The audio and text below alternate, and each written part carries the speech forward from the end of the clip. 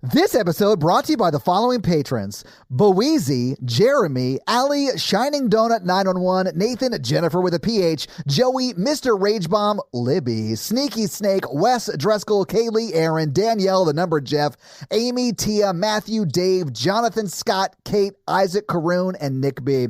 And all the patrons want you to know you're loved, you're listened to, and you're a valuable member of the awesome Horror Virgin community. And if you want to hang out with us, do so in our Facebook group and Discord servers, where we hang out and chat daily. Or don't. I'm not the boss of you. I mean, yeah, you're an adult. Decide what you want to do with your time. His house in the middle of his street. His house. Survivor's guilt is hard to beat. His house.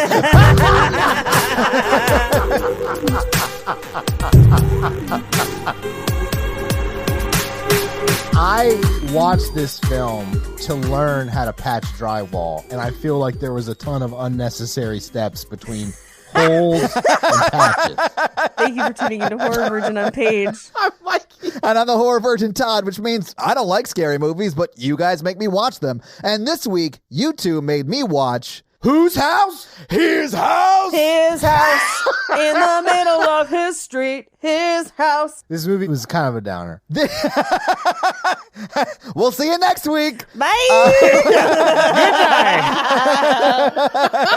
All right, so was this the first time either of you guys have seen His House? Yes. Yes, because I read that it was kind of a downer.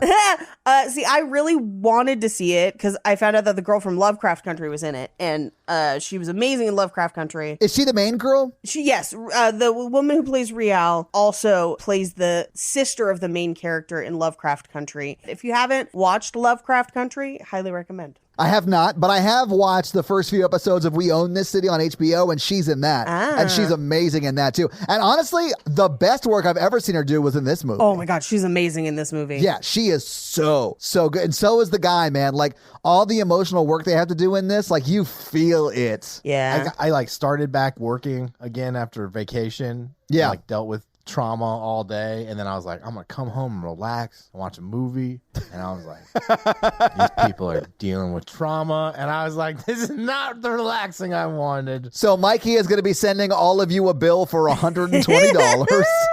Well, we chose it. Mikey and I collectively chose this movie. That's true. It was a very good haunted house film. Fuck, it's so good. Yeah. It is a fantastic movie. It was scary. So, like, I really hated this movie because it scared the shit out of me. Yeah, it's effectively scary. It is, man, it's so scary. But, like, it's weird in a way because the scares are sort of front-loaded. Yeah. And then towards the end, it gets less scary and more, like, emotional. So, like, I was super scared for, like, the first 45, 55 minutes of this movie, and then I'm crying the last 40 minutes of this movie. Like, it is so sad. No, I mean, I think it was still scary when he got fingered. I had heard that this was scary, and I saw the trailer, and the trailer looked really scary. And then I tried to stay like as blind as possible because I did really want to see it, but I waited because I knew we were probably going to do it on the show. And I just remember now having seen it, there were a handful of people who were like, it wasn't that good. And I was like, did we watch the same movie? Because like this is a tough watch. Like, don't get me wrong. It is effectively scary, and it is also a very emotional film. Like, Yeah. I don't think I'm going to rush to watch it again, but it was amazingly well done. Like, this, It is so good for what it is. I mean, essentially, spoiler alert, early in the episode, the ghost is survivor's grief. Like, in survivor's guilt. Like, that is the ghost. Yeah. And don't forget PTSD. And don't forget PTSD. But we get kind of two different sides of the same coin where we have her who wants to hold on to everything and continue to live in the trauma, and him who wants to completely forget about it without acknowledging and dealing with the trauma. And they kind of have to meet in the middle. And like them finding a way to meet in the middle together and move forward, I sobbed through the last like 30 minutes of this movie.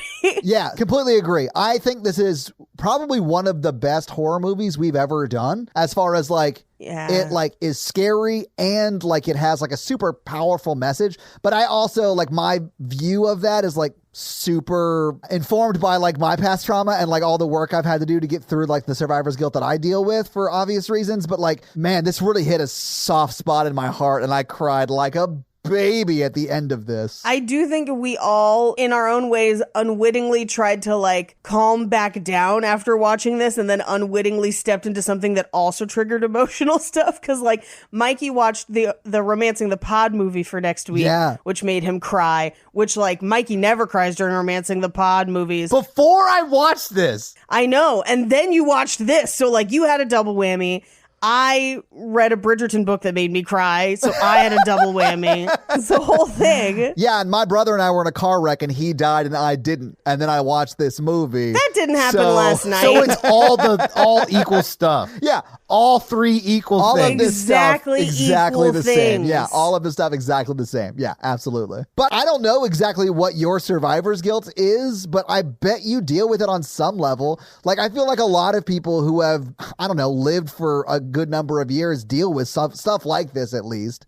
Like, I don't think my situation is unique. Yeah. There's always things that you wanted to do differently. You always like relive everything. You're like, I could have just done this and I could have just done that. And you kind of beat yourself up and you blame yourself for what happens, which is, I think, part of human nature, which is we like to feel like we're in control of things and that sometimes random things don't happen and that like we are actually can change things, but sometimes we can't. Yeah. But when you relive a trauma, you go back and you think, well, I could have changed things, but really things just don't make sense and there's nothing you could have done. And it's really hard to come to terms, or like you logically know that. So this is the problem with humans, is that logically Todd's like, there's nothing I could have done. That's not my fault. But he will still feel the emotions of all like, I feel guilty. I had to do a bunch of work around that. I logically know I shouldn't feel guilty, but I still feel guilty. What's up with that? The only similar thing that I feel, I have not had that kind of situation, is with work, if I'm involved in a call and someone dies, that I will feel guilty that I didn't do more or do something differently. And one of the things I learned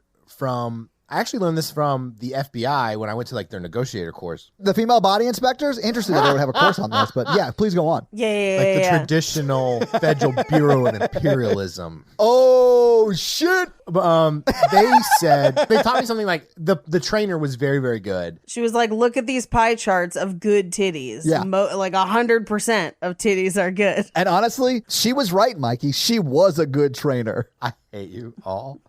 But they were like, it doesn't matter if you're like the perfect counselor or police officer or paramedic or brother, and you can say all the right things and do all the right things and make all the right choices. But at the end of the day, like that person gets a vote on what happens in that situation. Yeah. And sometimes you can say all the right things and you still get a bad outcome. And that's not your fault. That's human nature. Like you just can't control everything. And they still get a vote at the end of the day. Those are the situations that I feel like that kind of feelings, not like a personal tragedy like that. Most of the people closest to me who have died, I've not felt guilty about. Most of Paige. Most of them. It's because he was currently smothering them with a pillow. I don't know if you saw the like. Oh my God. I had the best laugh line ready to go and I forgot it. Oh, fuck. What was it? Last night, I took Macy out because, a lot of people were like, I bet you didn't miss your dog. So I took Macy out and we were like talking. And I sat her down and I said, look. To the dog? Yeah, Paige, because I'm like treating her like, I'm trying to like treat her how I want to be treated. Like Jesus recommends. Jesus, the dog whisperer. His name is Jesus. Yeah. He has a show on TBS. Actually, it's Caesar Milan. And I said, look, we're roommates. I want to love you more. This is what I need from you. What can I do to make this happen? Put your paw on this chore wheel. Mikey, when you say you want to love her more, do you think you'd have more success in loving her more if you started doing it doggy style? Yeah, how's your sexual relationship? Oh, no, we are. But all this too. You started by having a weird romantic conversation with your dog. No, I was like, look, bitch. Was that your whole laugh line? Was that the whole thing? You dragged us 14 minutes through an act out that we could not use. And cannot talk about. And can't talk about. And to have a bitch pun? Yeah, I mean, that's more of my brand. Honestly, he's right, Paige. That is his brand. And not necessarily bitch puns, but puns in general is Mikey's brand. Yeah. That and chaotic racist wizards. I don't know why it's so funny to me. It shouldn't be. The thing that we learned in those 14 lost minutes of the episode is that Gandalf is fucking racist. You shall not pass. only Gandalf the White, That's what I mean. Yeah. not Gandalf the Gray. No. He was Gandalf the Grey, and then he got really into QAnon, and then he became Gandalf the White. Well, I believe in the letter of the Constitution of Middle Earth. So if Paige took her headphones off, she can no longer hear us. I don't talk to anybody north of the Mordor-Dixon line. Where is Paige? Paige left. Paige left, Mikey. It was worth it. It was worth it. God damn it, we're still doing this? Let me know when we're done. She's reading her romance novels. All right.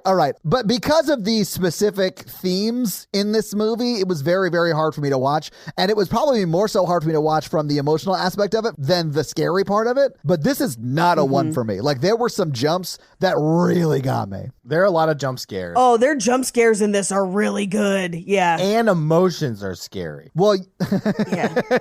yes. And I have been in therapy for a long time to be able to talk about that. Or, you know what I'm Yeah. learning in therapy? How to feel feelings. Wow, that's like basic. You're like real dumb. I know. I know. Mikey, I think Todd might be a robot. Feeling. I'm feeling. Somebody just put a hoodie on a Roomba and called it a day. Which feeling are you feeling first? Like right now? Oh, you don't have to label your emotions, friend. Thank you. Paige, we have to talk about the bunker. Mikey, do you always know what you're feeling at any one moment? No. I don't either. I'm pretty emotionally aware.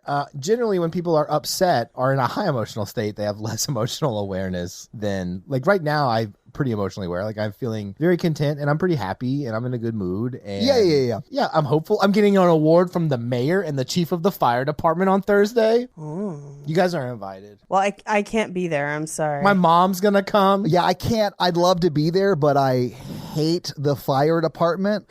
hate the fire department. I mean, Yeah. Fuck the fire department. All their damn ladders. Like, what are you talking about? They fall off their trucks, Paige, and they injure people. They always come when you call them. They're the worst. just like me, ladies. All right. I love the fire department. This movie made me feel sad for people seeking asylum. Yes. And like that social worker was terrible. What, Matt Smith? You thought Matt Smith was terrible? I mean, I like Matt Smith Me too. I think he's great. He was a great doctor. and he was nice to them, but like I would have been like, I think these two might need to like talk to somebody. The reality is, I feel like anyone walking ooff that bus needs to talk to somebody, Yeah. and they're not being provided with those resources. Yeah. They're like, why have you not conformed to our culture? I'm like, what year was, because at first I thought this was a period piece. No, this is modern ass day, dude. I had questions because I was like, oh, they're treating them really bad. Is this modern? Until Matt Smith pulled out the cell phone, I was like, oh, they're just terrible. Yeah. Well, hey, I mean, pot calling kettle black. We are also not great to asylum seekers in America. I'm nice to them. You are, but our country still has a lot of them in cages, by the way. Yeah. A lot of children asylum seekers in cages. Cages. Like for animals instead of people. Cages. Right. Yeah. It's terrible. I mean, no one on this podcast is like, yes, we do, and that is a good thing. That is terrible. Right. I Yeah, mean, yeah. and I also feel like sort of what they do to these people is not great either. I think it's better than them being in cages. I mean, even when they were in the detention center or whatever you call that, Well, the like, rest of them are. Yeah.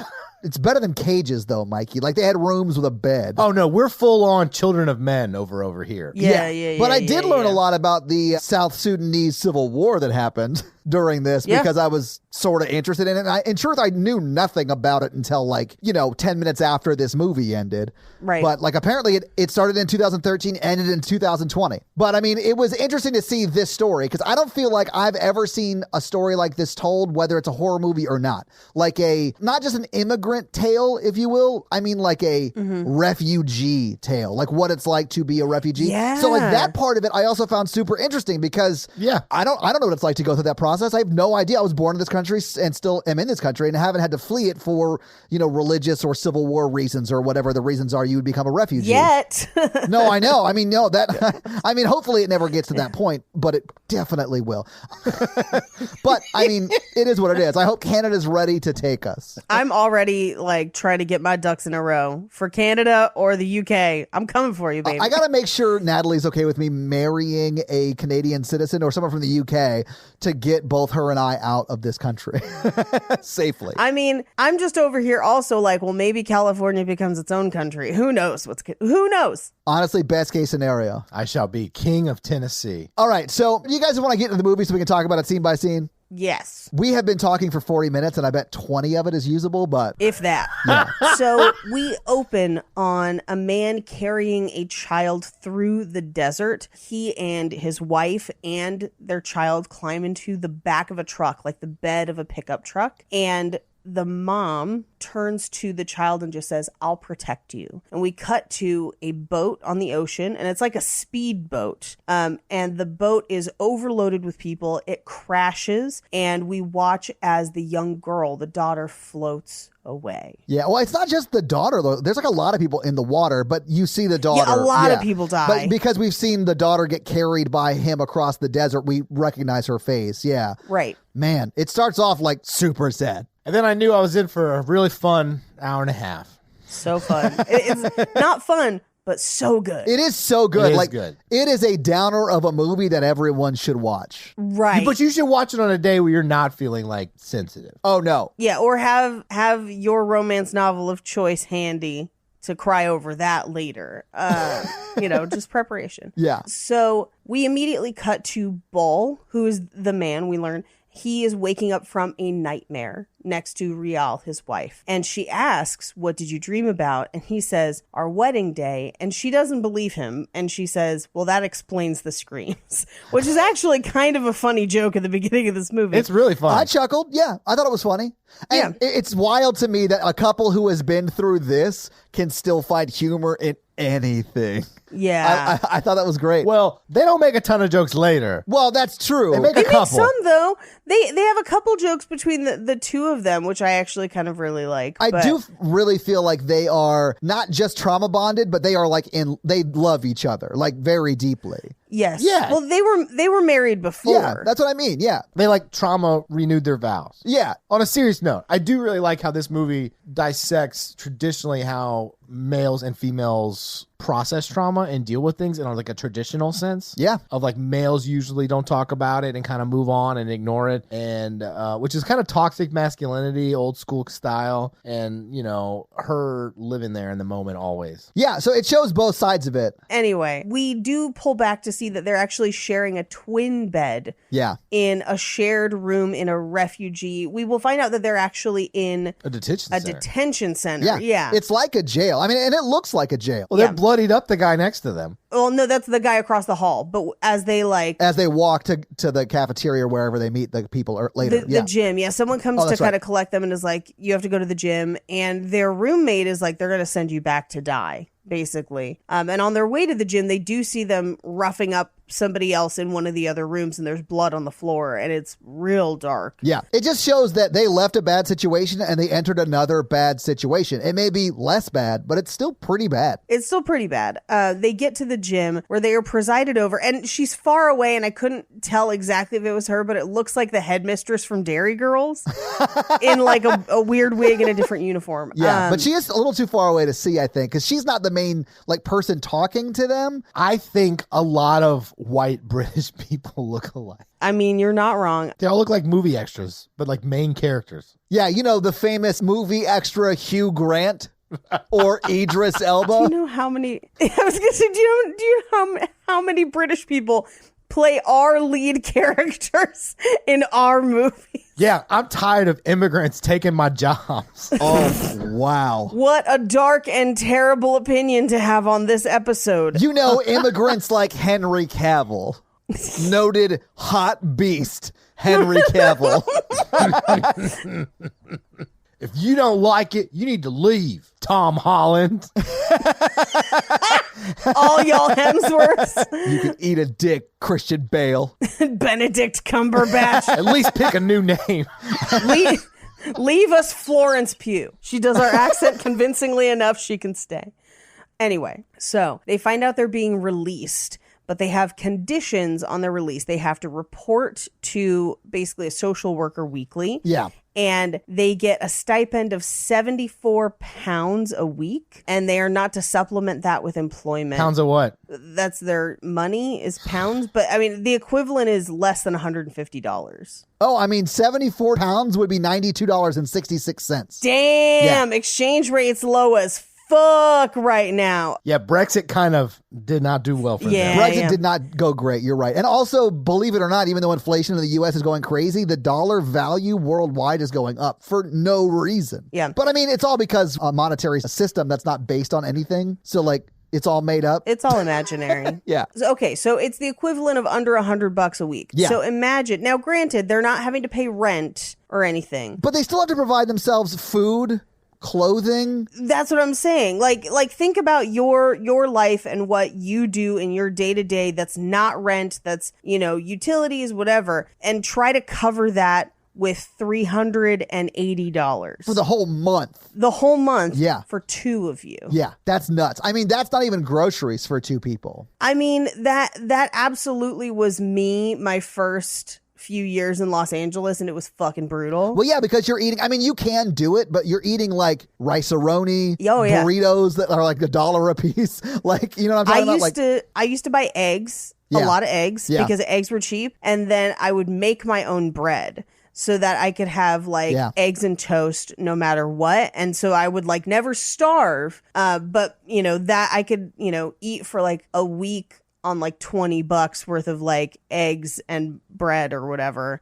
But you just get so fucking tired of eggs. Yeah, back when I was, like in college and then a starving artist, it was like a lot of Kraft mac and cheese and a bunch of like Top Ramen and a bunch of like rice-a-roni shit. Like, Let's not forget the $2 frozen pizzas. oh, yeah, like Totino's? the party pizzas. So the tip, buy those pizzas, buy mozzarella shredded cheese, and you like get some more on that, and then it's like a good pizza. Yeah, so you could do it. You could make it on $380, but you're only spending money on groceries and you're only buying like cheaper stuff that'll last a long time, like rices and, stuff like that. Right. And they're in a house that is borderline non-functional. Oh, so legit falling apart. falling apart, and they're expected to try and maintain and fix it up on this stipend, which is like no money. When Matt Smith is like, just get a hammer and some spackle from the store down the street or get screws. Yeah. It's screws to fix the door. I was like, are you going to give him money to do that? He doesn't have any money. Yeah. Like, what are you doing? I mean, they never really address the money stuff in a way that I They think don't. would be like reality, but There's only one shot where they do.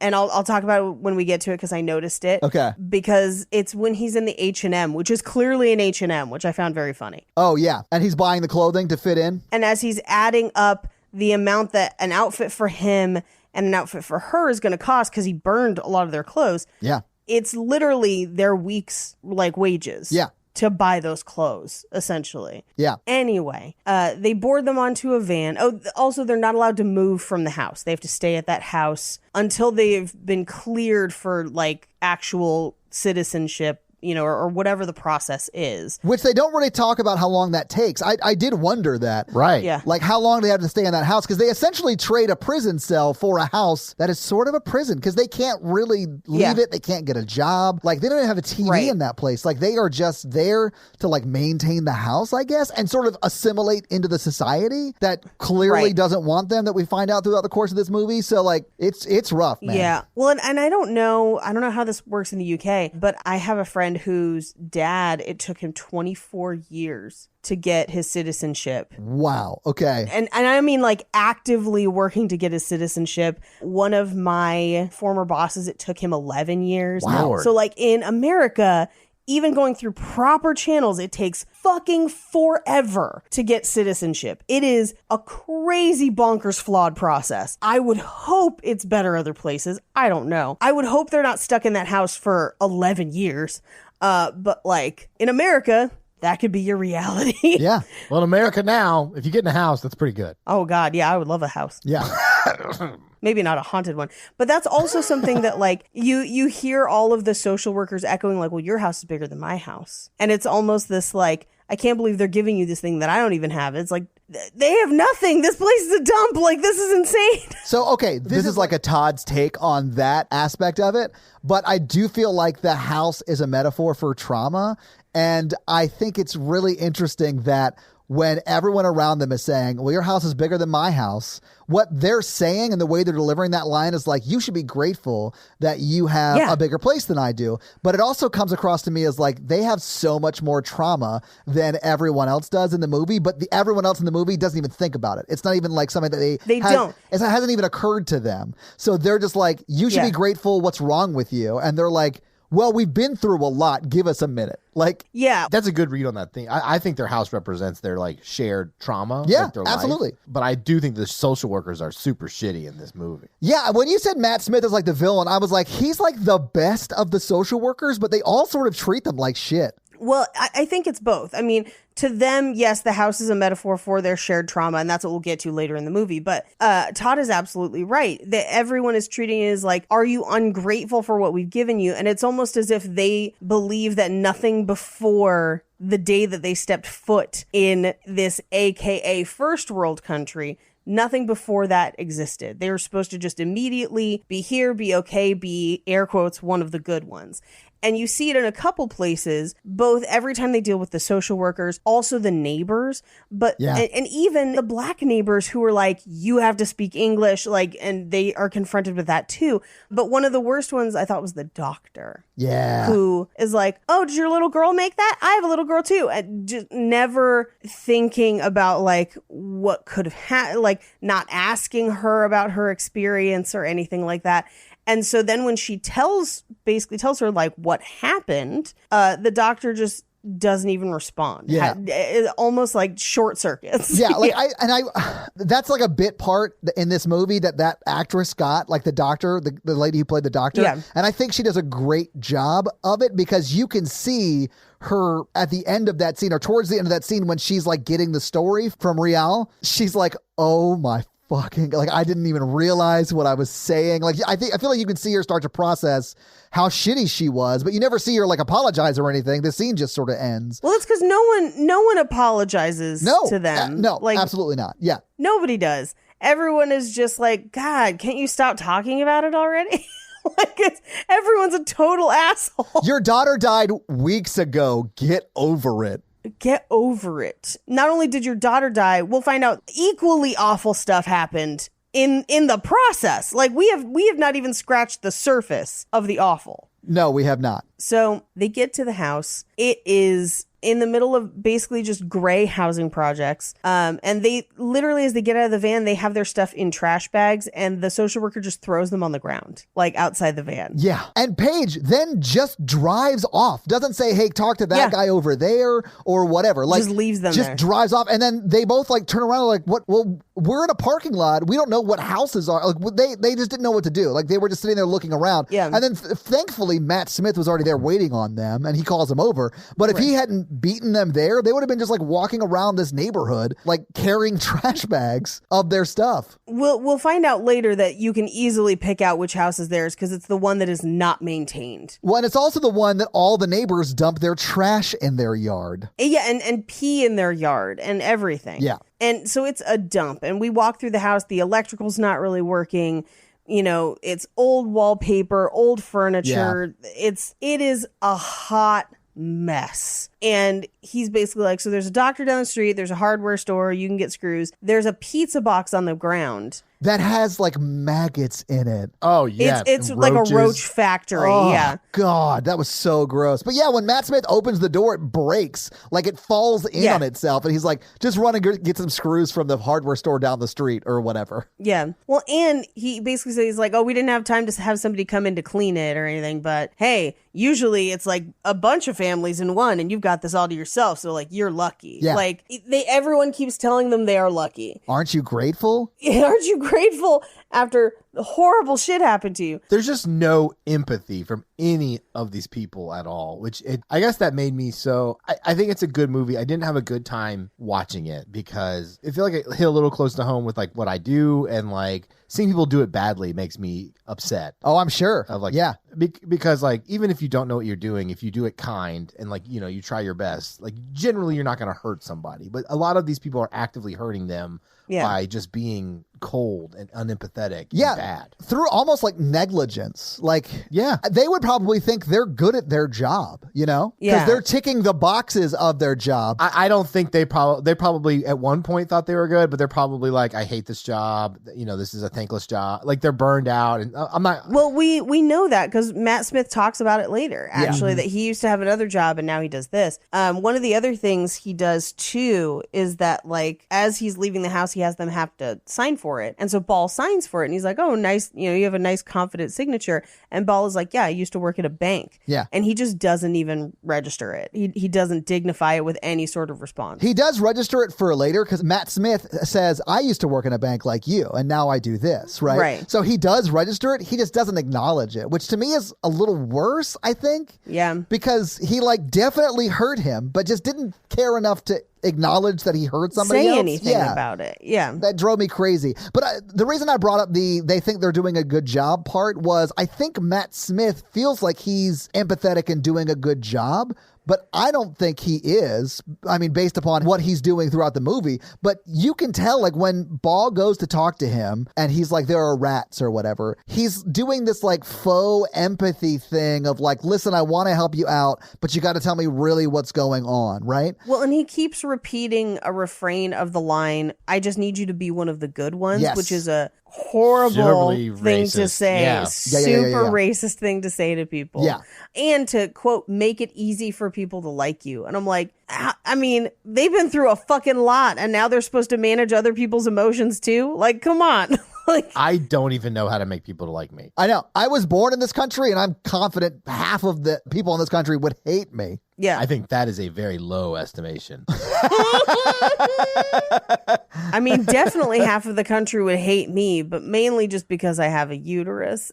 So they explore the house. They are at first very, very happy to have a house of their own because, like, Yeah. it's like peace for a little bit, finally. I mean, they were sharing what essentially was a prison cell with another person, Yeah. with another refugee, right? And now they have a whole house that's furnished. I mean, it is furnished. The furniture is very shitty. That is a loose term, furnished. Yeah, no, absolutely. Yeah. They have like 2 chairs and a table, no bed or anything. No, there is a bed. There's a bed upstairs. But it is in a similar state to the rest of the furniture in so much as that it's probably roach infested and real shitty. Yeah. So as they're kind of unpacking the few things they have, and they do give them like a box of like food and perishables and stuff like that. Yeah. As they're unpacking all of it, she unpacks her daughter's doll and pulls the beads off the skirt of the doll and wears it as a necklace. Which I thought was super sweet. I really liked that. I do too. We cut to that night where they've kind of spread a blanket out on the living room floor and they're just kind of sitting and enjoying the house and listening to music.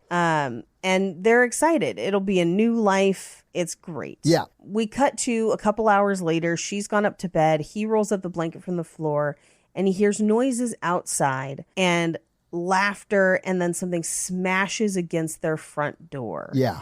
And then he hears running. And essentially it's the neighborhood boys who are assholes. Yeah. I assumed it was the boys we meet later. Yes, absolutely. They right away, he has kind of a flashback to essentially the kind of like their ride in the truck, the boat, all of it, like just that shock of the bang against his door kind of, you know, throws him for a loop for a little bit. Yeah. But then he starts to hear a humming and kind of a rustling and skittering, and it seems to be coming from the walls. And there's a couple holes in the wall already. Yeah. And so he kind of looks inside and reaches up and he hears like rustling and walking. And as he's laying there reaching into the wall, he turns and his daughter's ghost is behind him on the floor. Oh my God. But it's like drowned ghost. It scared the Yes. shit out of me. I audibly Yeah. yelled and my cat jumped off my bed. Then as he like turns back from the ghost, a bird flies out of the wall.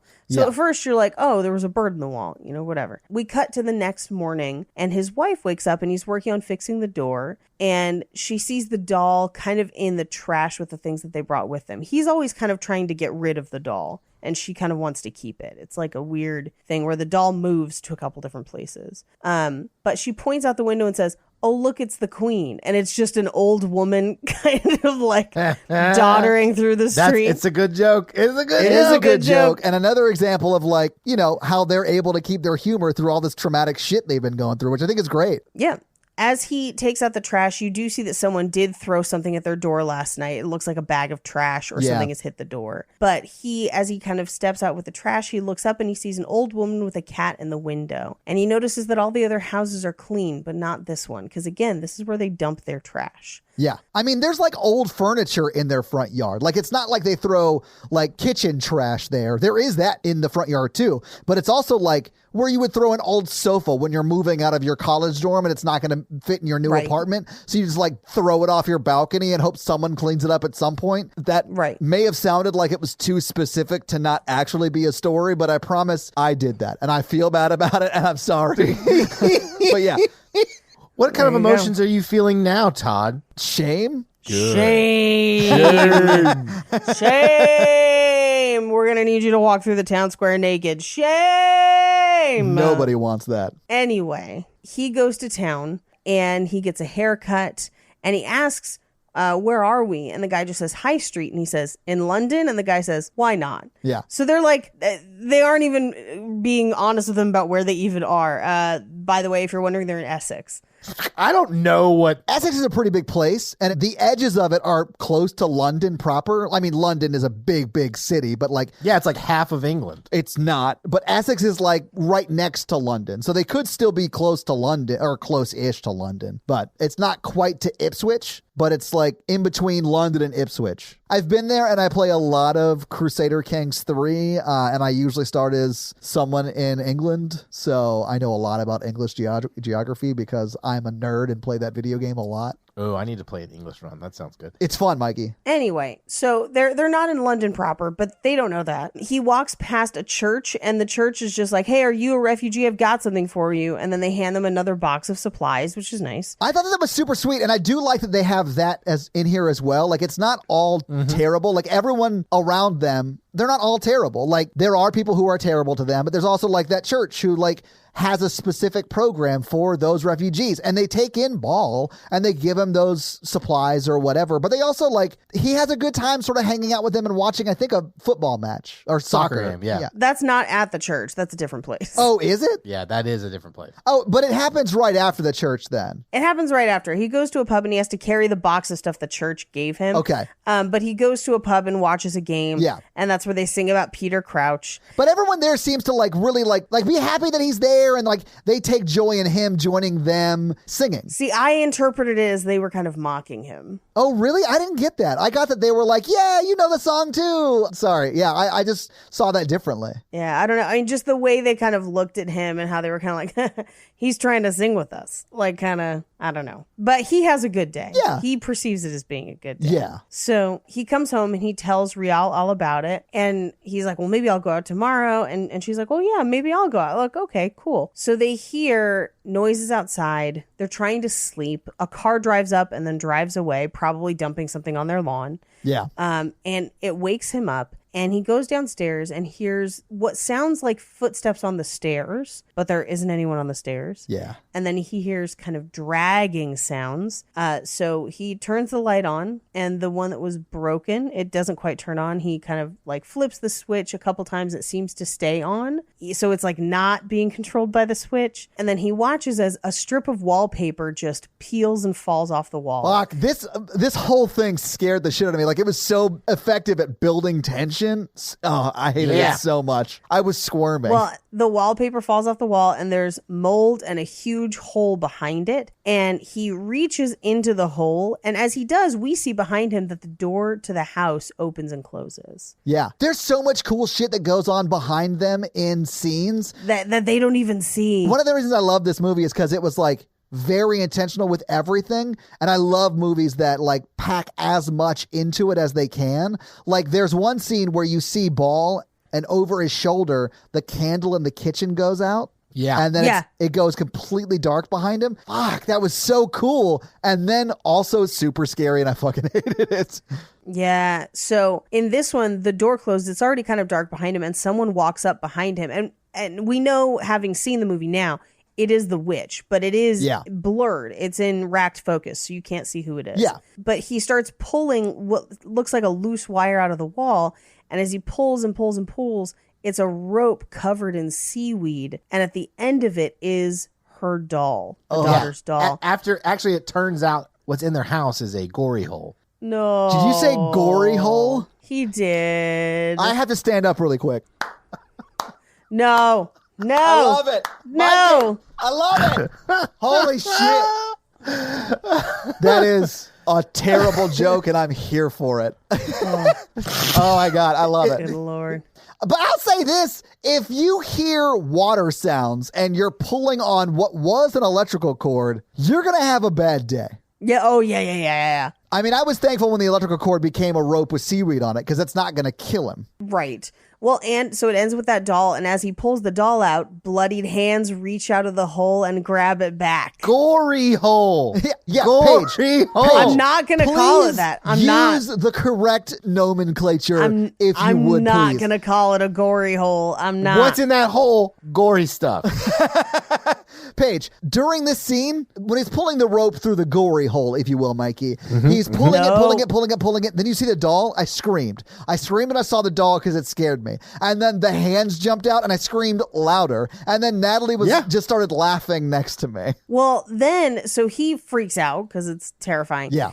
And he hears her voice from inside the wall. Yeah. So he turns to like look around, and then he turns back, and the hole and the wallpaper are back to normal. Yeah. So he peels down all of the wallpaper in the room, and there's no hole. It's wild. It's wild. Oh. The next morning, Rial wakes up to see that he has peeled down all of the paper, and she calls for him, but he's not there. She sweeps up all of the paper shavings. She opens the door to outside, and instead of seeing their yard, she sees the bed of the truck with all of their lost children. Yeah. And so she has like a mini flashback. Yeah. So she's not doing great. No. Meanwhile, Ball is at the hardware store. So she has to go to her doctor's appointment. So she leaves and follows a hand-drawn map. And a boy kind of follows her for a little bit, but it looks like he might mug her. Eventually he gives up because she doesn't respond. But she ends up almost in kind of a maze where she meets constant dead ends. There's the same kid kicking a soccer ball at multiple dead ends. Yeah. It's because the English people all look the same. Look There's actually alike. They all look alike. kids. Yeah. Yeah, they've just been interbreeding for so damn long. He's probably like, oh, that's Nigel. And then over there, that's Nigel. No, they're both named Callum. Everyone in the UK is named Callum. Trixie Mattel told me so. Oh, God. Everyone is Callum and Gemma. So she starts to get worried. She notices a group of black teens. And so she goes up to them and starts out speaking her native language, which is Dinka. And they pretend like they can't understand her because she then repeats in English and they still pretend like they can't understand her. I mean, they may not understand her because they may have been born there. They may not know that language, you know? Like, No, but I mean, like, she then says it in English and they're just like, oh yeah, they continue to be assholes. Yeah. But I assumed that when she Yeah. was speaking her native language, like they're probably not from Sudan, right?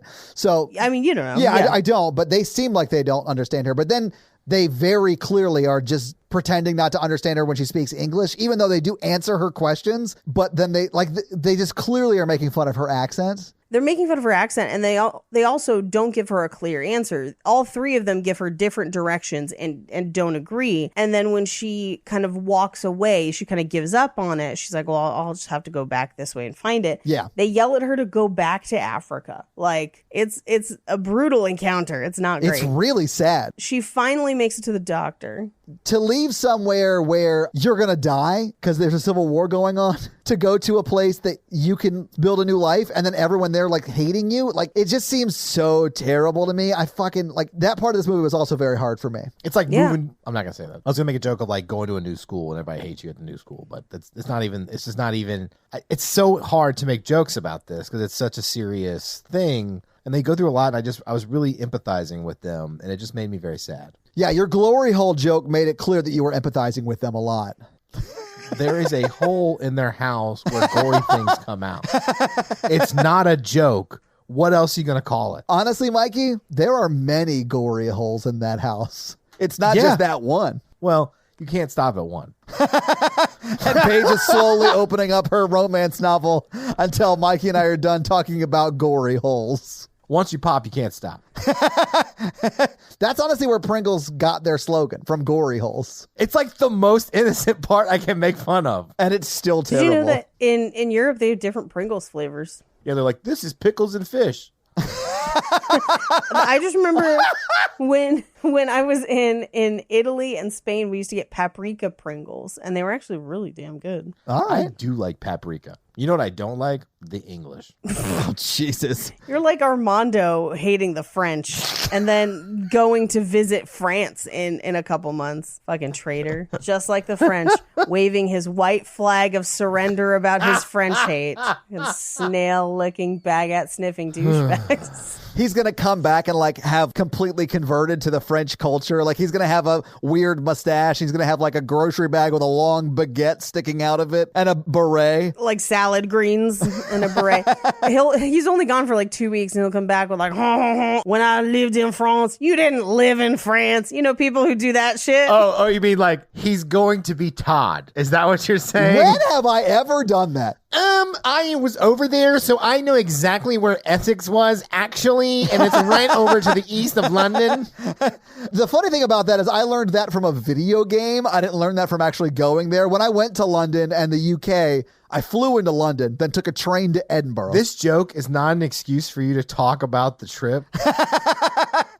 All right, noted. That's fair. That's on me. I apologize. I only know about Essex from Towie, which is a reality show that's just like, hey, go to Ibiza. I don't even want to go here. And you're just like, wow, they have hillbillies too. Holy shit.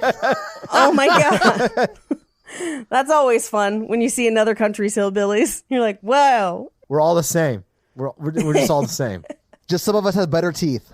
Well, if they would eat regular Pringles, they'd be fine. You've got to insert them like a duck bill. That builds up the layers on your teeth. It stretches the roof of your mouth to better accommodate more teeth. Well, they have Tatoes instead. Potatoes. No, did you not have Tatoes while you were there? I don't even believe you went if you didn't eat Tatoes. I didn't have Tatoes, but I did go. Prove it. I know. Anyway, so she gets to the doctor, and the doctor's like, oh, is that, your necklace? I like that. And she's like, oh, it was my daughter's. And she just goes, oh, your daughter's? I have a little girl too. Just like completely misses that she says it was my daughter's. Like, yeah. Was is the word that like clearly she is conveying to you pretty obviously that there is no daughter anymore. Yeah, I mean, was is a pretty powerful indicator, but she misses it completely. She's like, oh, I heard her say daughter. I have a daughter, which I think is understandable because she probably doesn't deal with Sudanese refugees all the time. And most people who come in are probably English and live in a society where daughters don't die all the time. She might not be listening. She might just be listening for keywords to talk about herself. So like say you say England, and then you talk about the trip you took. I like that Mikey cut me off to talk about a time when I wasn't listening. Yeah. Let's talk about the time I went to Italy. It's a me, Italy trip. It's a me, a page. I'm in Italy. Wait, you're Italy? I'm in Italy. There you go. My Italian is pretty bad. I'm sorry. It's shaped like a boot. What a boot that. I like the way that Mikey isn't an asshole to you when you talk about where you've traveled. That's the first time she's told me she's been in Italy. I've been to Italy. I've been to Spain. And she's told us more than once. I have it recorded on many episodes. I've been to France. I've been to Morocco. Yeah. I've been to a lot of places. Yeah. She's well traveled, Mikey. Where have you been? I've been to your mom's house. She stamped my passport on the way out in the morning. Or I'm sorry, your assport. I had the best breakfast sandwich I ever had there. Because your mommy made it for me after I dicked her down. I mean, I honestly feel like you're trying to make fun of me, but I just feel bad for you in this scenario. Why, do you think your mom's not a good lay? That's I don't not nice know, to your mom. but I have no idea. Is she bad at making breakfast sandwiches? Yes. Yeah. Oh, I mean, no. she's not the best cook. She was like the single mom who had to work a lot and just never really got good at cooking because she had to work her whole life, which I have a lot of respect for. And I completely understand why she's not a great cook. And that's why I'm not a great cook either. And I mean, we both like cooking, but we're not good at it. But we know my type. Single moms. Yes. Well, my mom's been happily married for 17 years to Ed, who's my stepdad, and he's pretty great and taller than you and makes more money. So Well, this happened 17 years ago. That was back when my mom was like super into yoga. So like Namaste. hanging out at ashrams. Say it, Mikey. Say it. I know you're gone. Namaste dick. Mikey, what you're looking for is namaste over. Yeah. And see what's good. 17 years ago, I was of age. Were you? Oh, I guess you were. Yeah, you were like 20. I'm pretty sure my mom was of age 20 years ago, too. Does she still listen to this? Yes, she does. Thinking of you.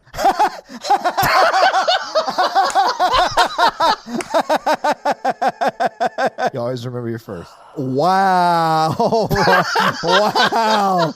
So in this scenario, my mom, like Mrs. Robinson, seduced you and took your V card? Wow. I really am glad that we did find the funny in this episode. I'm very sad it came at the expense of my mother. Well, I tried Gorey Hole. I was on board for Gorey Hole, Mikey. Paige wasn't. This is all Paige's fault. She turned us against each other.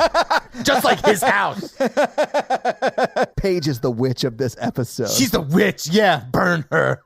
I'm going to roll 20 for... But the worst part was she was vegan. You know who's not vegan, Mikey? My mom. I know she eats meat. What do you think was in that breakfast sandwich? Your dick? 100. Did you eat your own dick in a breakfast sandwich? So what the fuck is happening? You ate your what own kind of dick, Evil you Dead sick bullshit fuck? is What is wrong with you? I like how you try to make a sexual joke about my mother and you turn it back on yourself. You idiot. We ate each other's parts for breakfast between bread slices. Mikey, that's how you get a yeast infection. That's how she's going to get this beast injection. You know what I mean? Oh my God. I hate everything about this. We're terrible people. Mom, I am so... Please, I hope you turned the podcast off 20 minutes ago or 5 minutes ago. Whenever we started talking about you, depending upon the edit. Who knows? So the doctor is like, skips over the was and is like, oh, I have a daughter. Also, we went to England and we went to Essex, and that's how we know where Essex is. And then she's just like, my daughter died because we had a civil war where everyone kills each other all the time. And then she drowned. And she's just like, okay. She literally says she drowned coming across like the English Channel or something like that. Like, yeah, when we crossed the sea. I Yeah. think it's actually, The Mediterranean, probably. yes, is what I was thinking. South Sudan is landlocked. This is another thing I looked up afterwards. The reason I thought it was the English Channel is because I looked up like refugee routes, and a lot of them came from France and then crossed into, like they went from Sudan to South Sudan to France, and then they snuck into the English Channel and then went to England. That's very possible. They could also go up through Egypt or Libya. Yeah. Or if they went through Morocco, you can get to Spain very easily, but that's the other side. So you would have had to travel across Libya and Algeria. I think it's more possible that they go either up through Egypt and then across the Mediterranean, or across the Red Sea into the Middle East and then over from there. But this is all like just guessing because she does not say what sea it is. But yeah. So we cut to, she comes home from groceries or from getting groceries. She sets them on the table. She hears splashing outside. She looks out her window and there's a schoolgirl just peeing on the side of their house. Yeah. Like, you know, as if it was a public restroom. Yeah. She walks into the living room and she sits down and kind of stares at the wall and she hears something fall, and it's the bag of groceries, and there's like a whole bunch of nectarines, and one of them rolls toward her. Oh man, this scared the shit out of me. Stops next to her and then rolls into the wall. And she doesn't retrieve it, but she hears the voices coming from the wall, and she kind of looks closer at the hole. And then we hear the door slam because Ball is home. Yeah. And he finds her in the living room and he says, I'm sorry, I lost track of time. And she's cooked dinner and has it all set out for them on the floor in the living room. That's why I only eat oranges. But you think it was the nectarine's fault? Yeah. It was the necturnal arena. That part did scare the shit out of me. Like, I fucking hated so much of this movie. The scary stuff is really scary. I mean, maybe I'm weird, but I love stone fruit. So, like, I was on board. I was like, I'm like this wall where I want that nectarine in my mouth. Yeah, you want it in your gory hole? That makes sense. I want it in my story hole. So dumb. The hole where my stories come from. I love it. I'm going to start referring to my mouth. I'm going to the dentist tomorrow and I'll be like, hey, are you going to check out my story hole? Yeah. Yeah. And he'll be like, sir, this is a Wendy's. You don't have dental insurance. What are you doing? Actually, my dental insurance is way better than my health insurance. My health insurance is terrible. Is it really? Yeah. My health insurance is amazing and my dental insurance sucks, but Yeah, mine's the opposite. My health insurance is trash and my dental insurance is like good. It's not great. most dental insurance sucks, but so like Yeah. I'm kind of surprised that yours is good. Me, honestly, I was surprised too. Anyway, as he sits down to have dinner with her, he basically says, maybe next time we can use the table, which she doesn't like. But also it's like, you don't need to. Like, it's your own house. Do whatever you want. I also say that on the first date. Oh, Maybe we can God. use the table next time. You just want to do a table wipe. You just want to throw He does. everything off a table just for the fuck of it. People love that. Mikey, you need to set up like a decoy desk that has just like random shit you don't really need on it but looks expensive. It's all foam all stuff. plush toys and Nerf, just like No, it's like when someone stages a house for like a home showing. those Yeah, plastic it's like computers. fake computers and shit, and like, you just swipe it off the table and like bone them on it. Yeah. 10 out of 10 girls agree that clearing a table for the time is hot. The time. I refuse to believe you've had sex with over 10 women. I refuse to believe you've had sex with Morris Day in the time. Oh. Yes. Where do you think they got that line? That's what they were yelling during the time? I was yelling. Oh, Mikey, no. Wee-o. You're eating Oreos. Because the real line is Oreo. Girl, I want to show ya. Bum, bum, bum, bum. Anyway, so she doesn't want to use the table, but also they shouldn't have to. Well, I felt like that was the culture clash. Like he wants to move on Yeah, and embrace absolutely. the UK culture or more Western culture, and she still wants to acknowledge and pay homage to her culture, which I honestly think both of those is fine, but I think it plays into what Mikey was talking about earlier. Like the man is very much Second like... dates for the table. No. No. The very insightful stuff you said earlier, not the crass stuff that made me laugh because I'm a bad person, but like the man just wants to not acknowledge the trauma and move on, and the woman wants to live in it. I feel like this is sort of a practical application of that. Like I really liked this struggle between the two of them. Yeah. Because Yeah, we see oh, it again with her eating with her hands and him eating with the utensils, right? Yeah, with silverware, which is literally the same scene Yeah. as he grabs some silverware and she just sets it down because she's like, all I taste is metal. Yeah. And he's like, you'll get used to it. And she's kind of like, I don't need to or want to. Like, I can eat however I want to eat. Like, I mean, I love finger food. Same. And like the stuff that she prepared for dinner, which looks amazing, is made to like you break off some of that bread, you dip it and sort of scoop it with the bread, and you eat it like Yeah. dip and chips, like that kind of thing. Which I don't know if you've ever eaten stuff like that. It's the best. Like Yeah. get some naan or whatever and curry. Yeah, it's so good. yeah, when I was in 100%. Morocco, Yeah. it was amazing. Moroccan food's Yeah. amazing. But I really like that practical application of the way they're dealing with the trauma. I thought that was cool. Yeah, well, and he says he's like, we can do well here. We can get jobs. We can assimilate. We Yeah. can start a family. And she's clearly upset by the suggestion By the start a that family. they start a family. Yeah, and I honestly thought, I was like, ooh, that's sort of heartless because they just lost a daughter. And then when the reveal happens, that makes more sense why he said start a family. Yes. And I was, dude, the reveal blew my mind. Like, I was not at all expecting it. And I was like, oh my God, this makes this so much more layered and crazy. Yeah. And I sort of love it about the movie. Not that they do it, but that they include it. I was like, what the fuck? This is amazing. Yeah.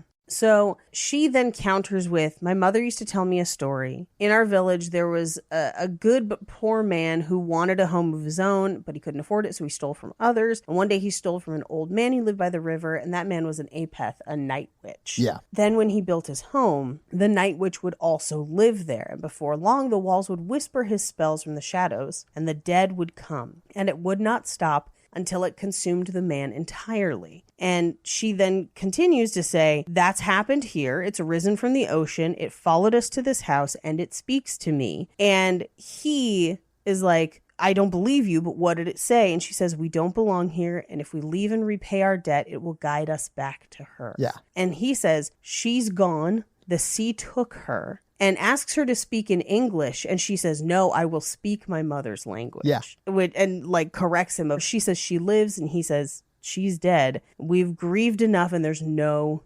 which? And she's like, well, I had thought that I was dreaming, but I can see in your eyes that you've fucking seen this shit too. Yeah. And you're a liar. Well, he totally has. Like, he has experienced some weirdness. And I mean, he's seen his daughter quote unquote daughter by this point, right? Right. Like, it's at least her face or her arms in the wall. Like, he's experienced some weird shit that is explained by what she's saying.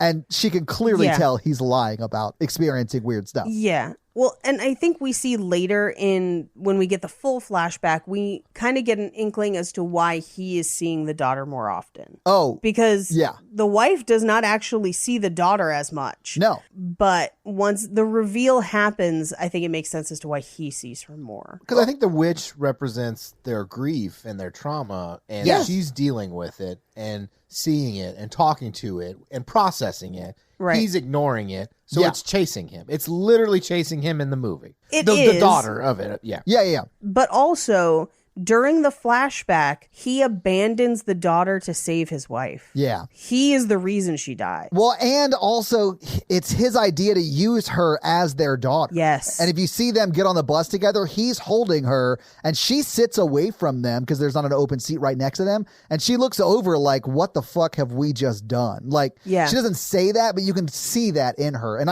it's so nuanced and there's so much going on that it's wild. It really is insane. Yeah. So we cut to that night after dinner, and he's scraping the wallpaper off the walls in one of the other rooms. Yeah. And the light behind him goes out. This is where the candle goes out. This is that shot I was talking about that was like so creepy. Kicks up the scare factor at this point. Oh yeah. Because he peels off like a big chunk of wallpaper, and he feels someone behind him, but there's no one there. And he hears footsteps, and he sees someone walking through the living room. And she stops in the doorway and turns. There's a crash. And he turns, she's gone, but someone else is like crawling through the hallway. And then there's people in the living room again calling for their mama, and she's sitting on the floor like stabbing into the ground. Yeah. As he gets closer, she turns and it's a mask, and she like screams at him and tries to come after him with the knife. Yeah. And he backs into the corner. She's gone. He hears lots of voices. He runs outside. He sees the old lady with her cat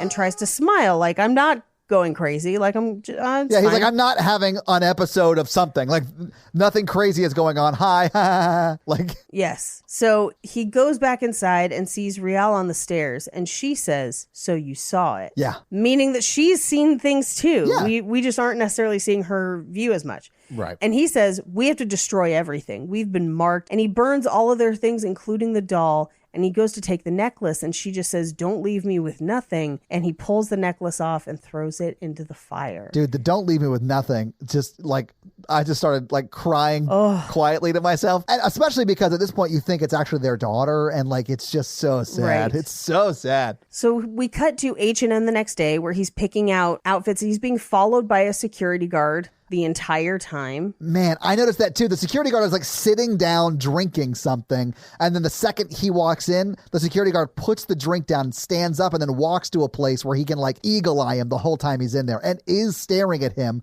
the whole time like they're in this store. Yep. It's so shitty. So he picks out an outfit, but looking at the prices, it's like for the two of them, it's going to be almost a week's worth of their stipend. Yeah. So back home, they have their new clothes on, and he's trying to pull things out of the wall. And as he does, he cuts his hand and ends up bleeding everywhere. Yeah, no, and nobody likes a bloody gory hole. That's actually the textbook definition of it's the minimum requirement of a gory hole is that it's bloody. I'm so glad we got Paige to say it, Mikey. Fucking hate you guys. It's the only joke you can make. He gets the lights to work again. I did like that he is a licensed electrician for some reason. Like, if they put me in this house that needs all this work, I'd be like, I need access to YouTube, because I'm going to have to like look up how to do everything, because I don't know how to do anything. But there are YouTube videos on how to do all of it. No, I know, but like, I would need a step-by-step guide on all of it, because I am so lost. But I prefer the lights off if I'm going to a gory hole. I mean, I get that, but like, you should just be more comfortable with yourself, and then you won't mind if the lights are on or off, Mikey. It's not about that. It's about the romance. Oh, okay. Ugh. So he gets the lights to work again, and we cut to Rial sitting in the kitchen next to kind of the wallpaper he was peeling the night before, and we see that she's talking to no one, and she just says, he doesn't want to leave you. We don't know who it is. We never find out who exactly she's talking to. But Ball confronts her and she's like, you probably think we're going crazy, but like, I believe it's the witch. I've been listening to the witch. And he's like, I don't think it's healthy for you to be alone all the time. I think you should go outside and do something in the community. And she's like, we're not like them. And he's like, well, we can be. And then she says, you don't wonder what it tells me? You don't ask what the witch tells me? And she says, after all that we have seen, you think I'm scared of ghosts? I'm not. I've seen way worse things than ghosts. And it says that I can get her back and that I should be afraid of you. Yeah. Now, I think with the metaphor perspective, like it's like, hi, I can look at all the trauma we went through. I can talk about it. Yeah. I'm dealing, like I actively try to bring it up to you a lot. And he's like, why don't you just go out and like do some stuff and get distracted from all this? But she also, though, is very much dwelling in it in a way that's not the most healthy. But she is talking about it more. To me, I think she's dwelling in it more because she can't get him to share the experience of processing it with her. That makes and sense. Then as soon as he does that, and they do it, like as soon as he confronts the witch and accepts it and does that, she comes and takes him out of it, and then they move forward together. Yeah. Well, they move forward with their trauma together. Like at the end of this movie, when they're talking to Matt Smith, I was like full on bawling for obvious reasons. But like, I think you're right, Mikey. I think it is her sort of not necessarily pleading with him to open up to her because there really isn't that part of it. She's overcompensating for him not talking about it. Yeah. And he very much is doing the man thing of like, why can't you just like occupy yourself with things that aren't not our trauma and grief? Right. Which is not healthy. Like you shouldn't bottle it up. Like that's not you the have right way to process it. And be it. able to deal with it. And Absolutely. then talk about it sometimes every now and then. Yeah. So he's like, this is our home. She leaves. He eats dinner alone and it pulls back. So like he's in the kitchen and it pulls back and now it looks like just that chunk of kitchen wall that's just a bombed out wall adrift on the water. And he kind of realizes that as he's eating and he looks down and sees dead bodies below. He falls down kind of among the dead bodies. They rise up. Yeah. He wakes up. It was a dream. Or was it? Because the living room is now full of dead bodies. And they're walking out of the shadows. Fuck, it was so scary. And that shot was so cool because it starts out close on him and it looks like he's just eating at the table like he was before. And then it zooms out and you see that table and like that section of floor and wall are literally adrift on the sea. Like that shit was so cool because it's just one pull out shot. I was like, fuck, that's so cool. And then it immediately becomes very scary because those like dead people in the water are now in his house attacking him. And it's sort of like Lights Out. I felt like this scene was a little Lights Out because when the lights are off, they're there attacking him. And his daughter even gets up and is like trying to slit his throat. And he's trying to like get to the light switch. And when he turns on a light switch, they're gone. Yeah, and we do see her controlling the light switch at one point. That is too, true. On Yeah. and off. Yeah. Well, she's the one that turns it off, and that's when they all appear, right? Right. Well, but then she turns it back on as they're trying to, that's to true. like slit his Yeah. throat and gives him a little bit of a reprieve. Yeah. Yeah. But, and this is where he's basically battling like a horde of zombies on and off, on and off, on and off. And finally he gets the light switch back on. But he's not okay. And he sees them peeking out of the holes in the walls and running across the ceiling. And as he reaches into the walls, he grabs one as they pass and he yells, "This is my house," and starts hammering holes into the wall. Yeah. And we cut to, he wakes up on the bus the next day and he goes to see Matt, the social worker, Matt Smith. Yeah. And he's clearly not okay. He's clearly been awake. He looks bad. And Matt Smith is like, what is happening? Yeah. And he's like, they're rats. They're making my wife sick. Like, we got to go to a different place. And Matt Smith is like, well, why are you not adapting? And it's like, bro, I don't even have the tools to battle what I have to adapt to right now, basically. And he gets so nervous and anxious that he smashes the glass of juice in his hand. Yeah. Like crushes it in his already bloody hands because he's got them wrapped from when he was messing around with the Gorey Hole and cut his hand. Like, but it's clear he's like, he's having issues, right? Yes. I see this at work a lot where I'm like, hey, we got called out here that you might be in a crisis. Are you okay? And they're like, I'm fine. And I'm like, oh no. And then like the glass breaks in your hand. And you're like, okay. Yeah. But I mean, and this is one of those things where I feel like Matt Smith, the character, feels like he's being empathetic or whatever, but he is like... No, I didn't read empathy from this scene at all. No, I don't No, get it either. Condescension. Yeah. I think you're missing what I'm saying. I feel like the character Matt Smith is playing feels like he's being empathetic, but he's not. It's not Right. coming across that way. Like, he's even like, No. you smell bad. Like, what's going on with you? Like, what's wrong with you? I feel like he's like not empathetic at all. I feel like he's like doing what his job responsibilities are, which is like he's a social worker. And I'm doing air quotes on a podcast. I'm such an idiot.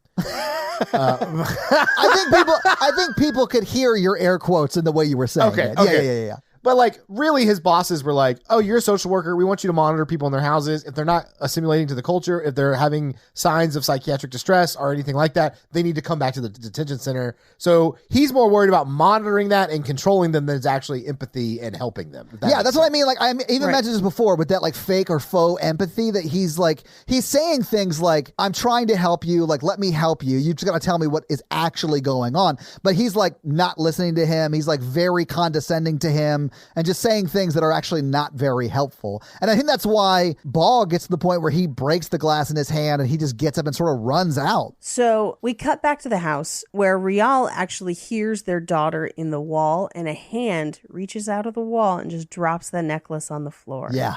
And she picks it back up.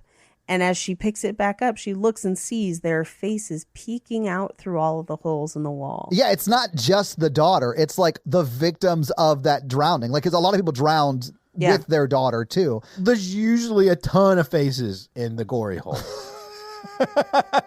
They're just lining up to get a bird's eye view of the Gorey Hole page. No, this is terrible. I don't know what else to talk about besides just trauma. I mean, that's kind of this movie, I guess. Yeah. But we're almost done with the movie. Yeah, we are. And we're under 2 hours, so. Well, I mean, but about an hour of that is usable.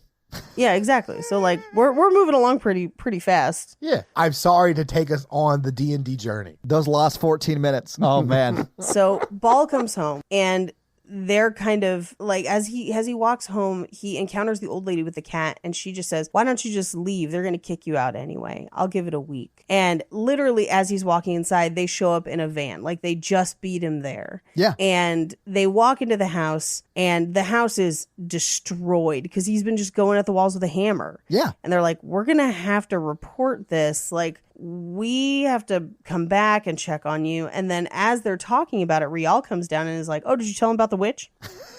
And he's like, no. No, I didn't tell them about the fucking witch. And she's just like, oh, heads up, there's a fucking witch in this house. Yeah. It followed us here. He's been fighting it with a hammer. That's what all the holes are from. And it knows great magic, and it's filling the house with ghosts and visits from our daughter. And just kind of like lets it sit. It just like hangs in the air there, and everyone's like, all right, that was just said, I guess. Like, And then she's like, put that in the report. Like, write it down. Yeah. So they leave, and they're like, we should better write them up. Like, we're gonna have to send them back. It's not good. Before they leave, Ball does plead with them. He's like, I'll fix it. Please don't like report it. Please don't take photos, even though they do end up taking photos. But like, he owns it. He's like, yes, I did it, but I'll fix it. Right. So we cut back to Ball and Rial kind of talking after they've left, and she's like, you are thanking them for the bare minimum. Yeah. Like, you are begging for the bare minimum. We deserve to be treated like people. And if I have to go back, I'll go back. Because, at least people treated us like people in a way. Like, you know. And he's like, did you forget what it took to get us here? And she's like, you forget our daughter. And he's like, you're sick. This is our home. You're not going anywhere. And he traps her inside the house.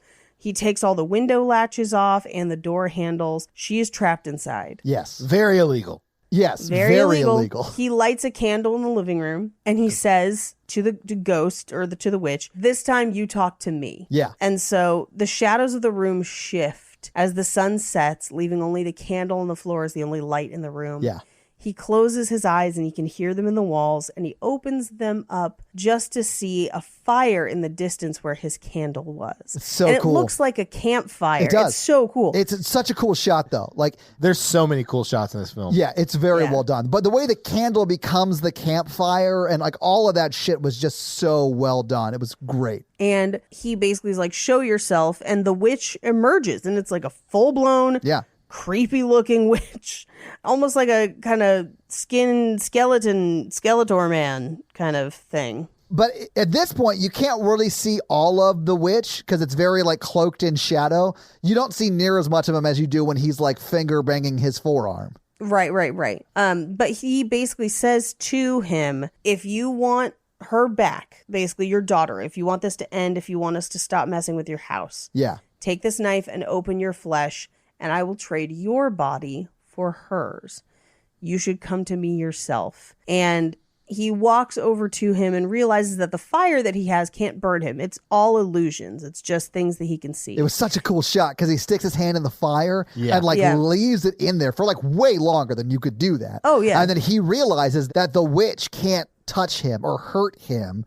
The witch has to convince him to do it himself, which I thought was super interesting. And there's like a lot of metaphor, I think, built into that because you can't really be forced to address and work on your trauma. You have to like willingly participate in it. And I thought that was very, very interesting. Yeah, exactly. And really, it's not the memories itself don't hurt you. It's how you react to it. Yeah, absolutely. Yeah. Right. And the fact that he had to cut his arm to do it. I mean, there was so much like metaphor built into it. It was very, very interesting to me. Yeah. And so he basically backs up and is like, well, you can't hurt me.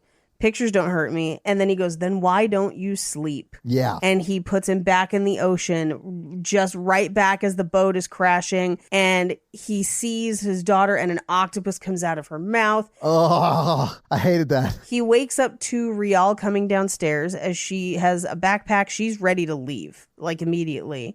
Yeah. And he's peed his pants and he's basically catatonic on the couch. Well, it's because he's seeing what the witch is forcing him to see, right? Right. And clearly the pictures do hurt him, right? Like he is having a reaction, a very real reaction to what he's seeing. Right. And she's just like, well, I'm leaving. Right. I've packed a bag. I'm out of here. I'm out of here. She struggles to open a window because he's like not booby trapped, but he's like made the house difficult to leave. She tries to reattach the doorknob first and he says no. Yeah. And he jumps at her to try and stop her and she stabs him in the leg with the screwdriver and bars the door. Yeah. But then she does make her way out of a window and take off running, but the window doesn't lead to the courtyard of the projects in England. It leads to their school or community center back home. And all of her friends are there and they're all crying. Yeah. They're so overjoyed to see her. And they kind of all sit in this room together, but she just says, I know what you are. Yeah. This is just a dream. Where is my daughter? And no one will tell her. And they kind of all disappear and she hears Ball through the through the door, walking in different clothes than we've seen. Mm-hmm. And we see as she climbs out of a cabinet that's how she's been watching him. And as she climbs out of a cabinet, she's in the room that she was in moments before. But all of those women that were surrounding her are shot dead on the floor. Man, that reveal right there was so wonderfully done. Like it's very clear without them telling you what happened. It's very clear that she hid in that cupboard while people from the Civil War came in there and killed all of the women in that room. Yeah, and she's the lone survivor, basically. Yeah, and that he found her there. Yeah. Right. So we cut to her and Ball hiding on a rooftop, and we watch on the street below them as men just walk through the streets with machine guns. There's a man on fire. It's horrific. Yeah, it's horrible. Yeah, they walk at night across the fields until they finally arrive at like a bus depot. And they can't make it on the bus. They're taking children first. And they find a child that's kind of been separated from her mom. Yeah. And they push her onto the bus, which allows them both to get on the bus, basically by pretending to be her parents. Yeah. And they close the bus. And as they do, her actual mom makes it through the crowd and chases after the bus. And just the anguish in her voice chasing that bus is so sad. God. Oh, and like building up to them getting on the bus. And one of the reasons it's so dire and they have to get on that bus is because 2 truckfuls of like rebels or like soldiers are like coming to town, just mowing people down. So like Yeah. I'm assuming that their quote unquote daughter's real mother died minutes after that happened. I kept expecting, because it watches her through the back of the bus as they drive away, I kept expecting her to run, and then get mowed down. Me too. We don't ever see her get shot, We but I don't ever assume see her she get dies. shot, but yeah. I assume she does. Yeah. Yeah. We see as they take the girl with them, we see the shots from the beginning of the movie where they're loaded into the truck. Yeah. And they say, I'll protect you. And we see the overloaded boat. And this time we see more of the boat crash, where we see that both Rial and Nyagak, the daughter, need help. And he chooses to swim to Rial and saves Rial. And then by the time he turns around to try and swim out to their daughter, it is too late. Yeah. And she has floated too far away and she dies. And so we cut back to the room full of women where she's like, now she's realizing you're all dead. She's dead. Everyone's dead. And she's like, what do I do? And we don't even see any of the women speak. We just hear the voice of the witch that's basically like, give me his body and I'll give you what you want. And she wakes up outside. It's raining. She's just passed out in the yard. Bull carries her inside and sets her in the kitchen. And they both kind of eye this knife on the counter. And she kind of hears voices. She gets up. She looks at the knife, but doesn't grab it yet. She goes and washes her hands and then turns around and he has the knife at the table. Yeah, you hear him pick it up. Yeah. He slices his arm and says, this is what it wants and it'll come from me now. And he drips blood onto the floor and he says, let me save her because I should have tried harder. But she's dead. Like it is, there is no saving. It is done. Yeah, and his guilt, like that, no matter what you do in that situation, there's no right answer. Right. And so he's telling her, like, I see all of them. I see them from the boat. They're coming for me. Like, you have to go. And the whole house begins to kind of rumble and rattle, and a sinkhole opens up in the floor. And from the floor, through like quicksand, kind of, the witch comes out of the floor like a fucking dune sandworm. Yeah. And he reaches up and he sticks his fingers into the cut on Bull's arm.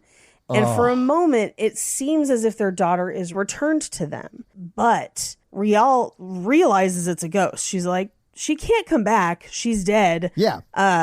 I have to say goodbye now. So she goes back into the kitchen, takes the knife and slits the throat of the witch, which is pretty fucking cool. It was cool. It is very cool. So when Rial, like, I loved the way they showed that she is like accepting what happens to her. Right. And realizing that they can never have their daughter back, because you don't really see the whole daughter. You see the daughter's hand holding Rial's hand. Mm-hmm. And then she sort of says the I have to let you go line, whatever it actually is. And then you see her just let go of the hand.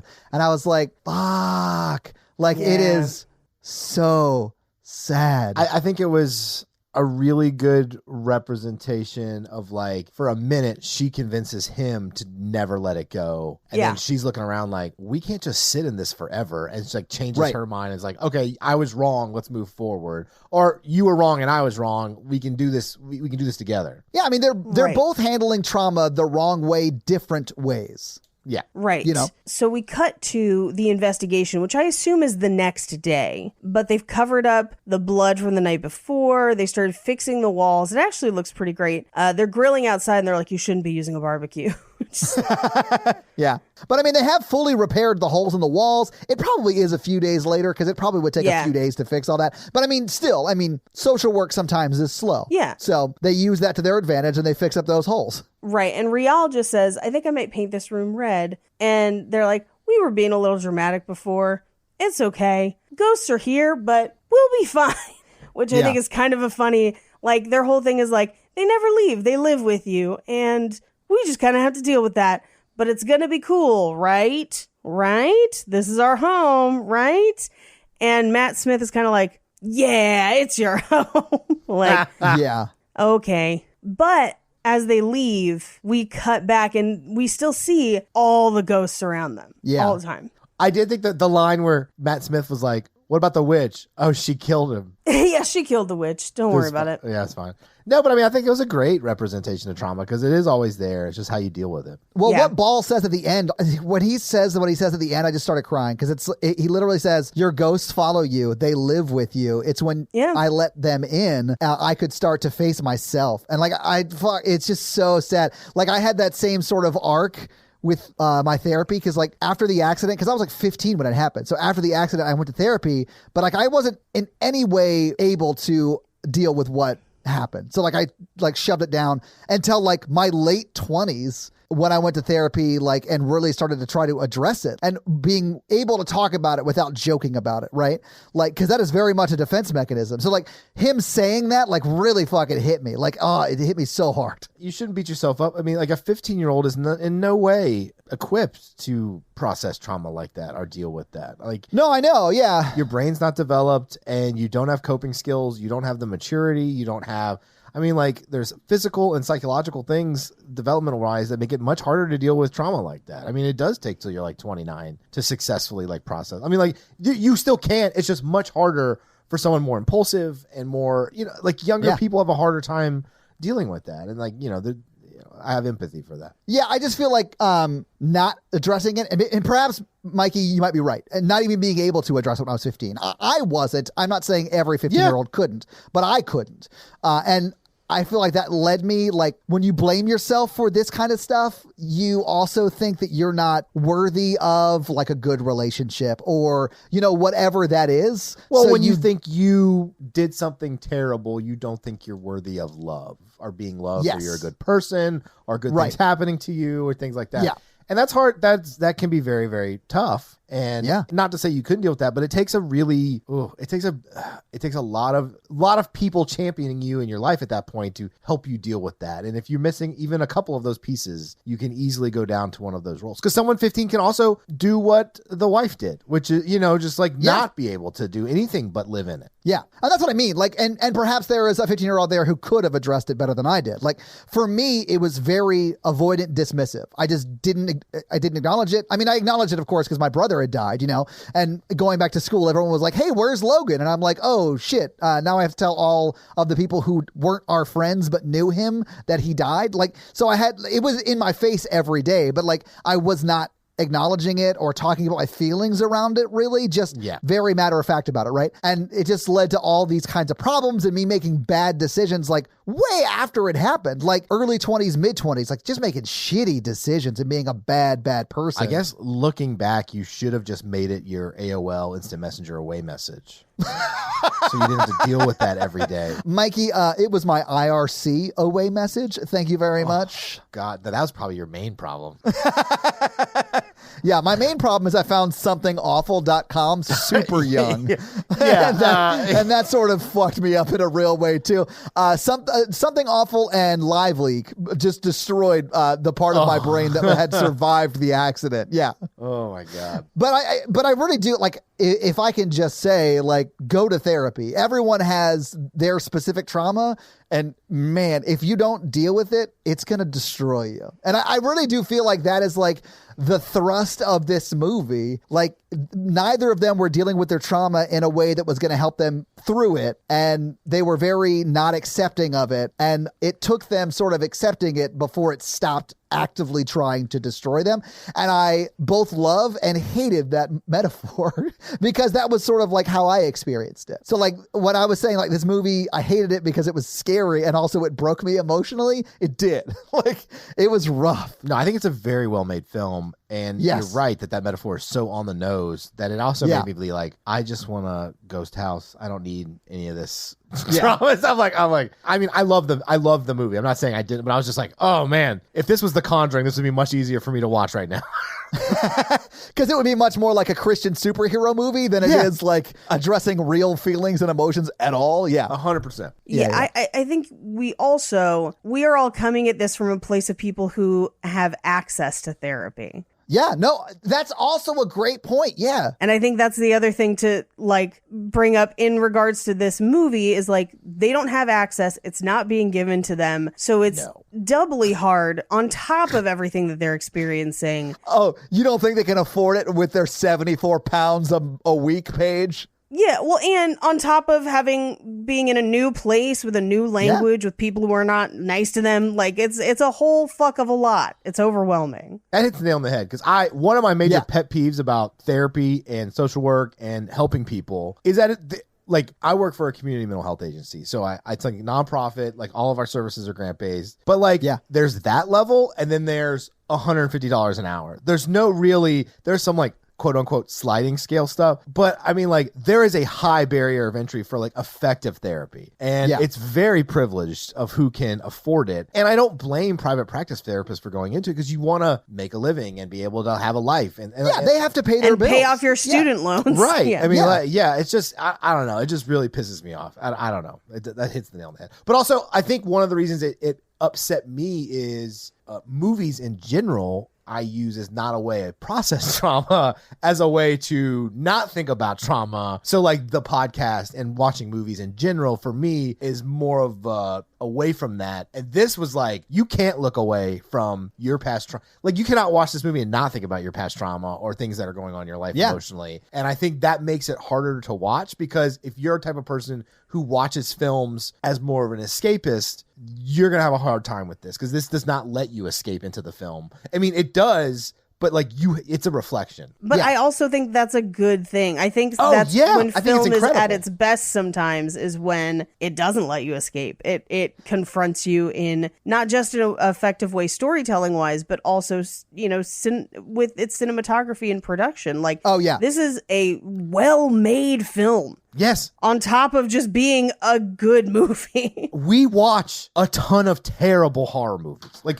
and I don't know the budget. We haven't done anything like that. But, like, this is the kind of bar you should hold movies to. I mean, like, this is better than most of that. Shit. This is such a high bar, though. Like, for me, this bar is not cleared. Okay, so The Ritual and The Invitation, I feel like cleared this sort of emotional level of horror that most movies don't.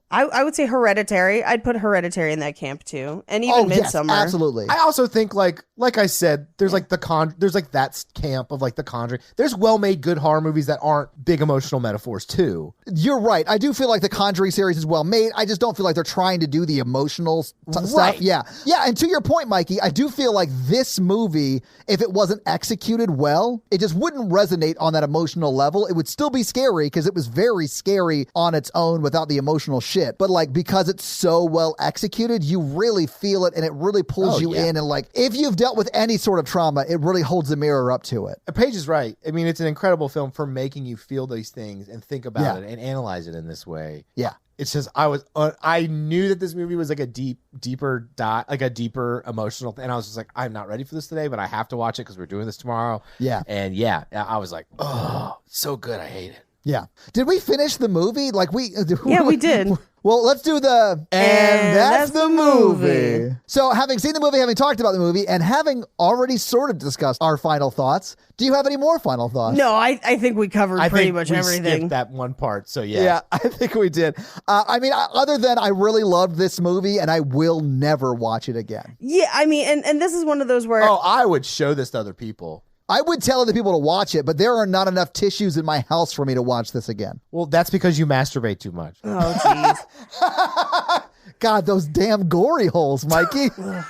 I think for me, it would be a tough watch again. Like, it's not something it's not going to be comfort horror for me. Let's put it that way. No, it's uncomfort horror. It is uncomfort horror. I would recommend it to everyone because I do think everyone should see it. Like, me too. It's one of those where I'm like, I think this is essential viewing. It's not going to be fun, but like everyone should watch it. Yeah, like pick a night where you're in a really good mood but are okay to watch like a sad movie. Like if you were going to watch Schindler's List but also like horror movies, watch this movie. Right. So Paige, do you have any fun facts for us? Very few. Well, here it is with your fun facts. Trauma, House, fun facts. Gorey Hole, fun facts. So very, very few fun facts on this. One of the main ones is that while researching the screenplay, the screenwriter really wanted to represent kind of how immigrants to the UK are sold on it being the land of Charles Dickens and Jane Austen and the royal family, but their reality is much different than that. That is also the case in America. Well, they've read Jane Austen and Dickens, right? Like those books are not super. That's true. happy. That is also at a time when England is kind of shitty. Yeah. But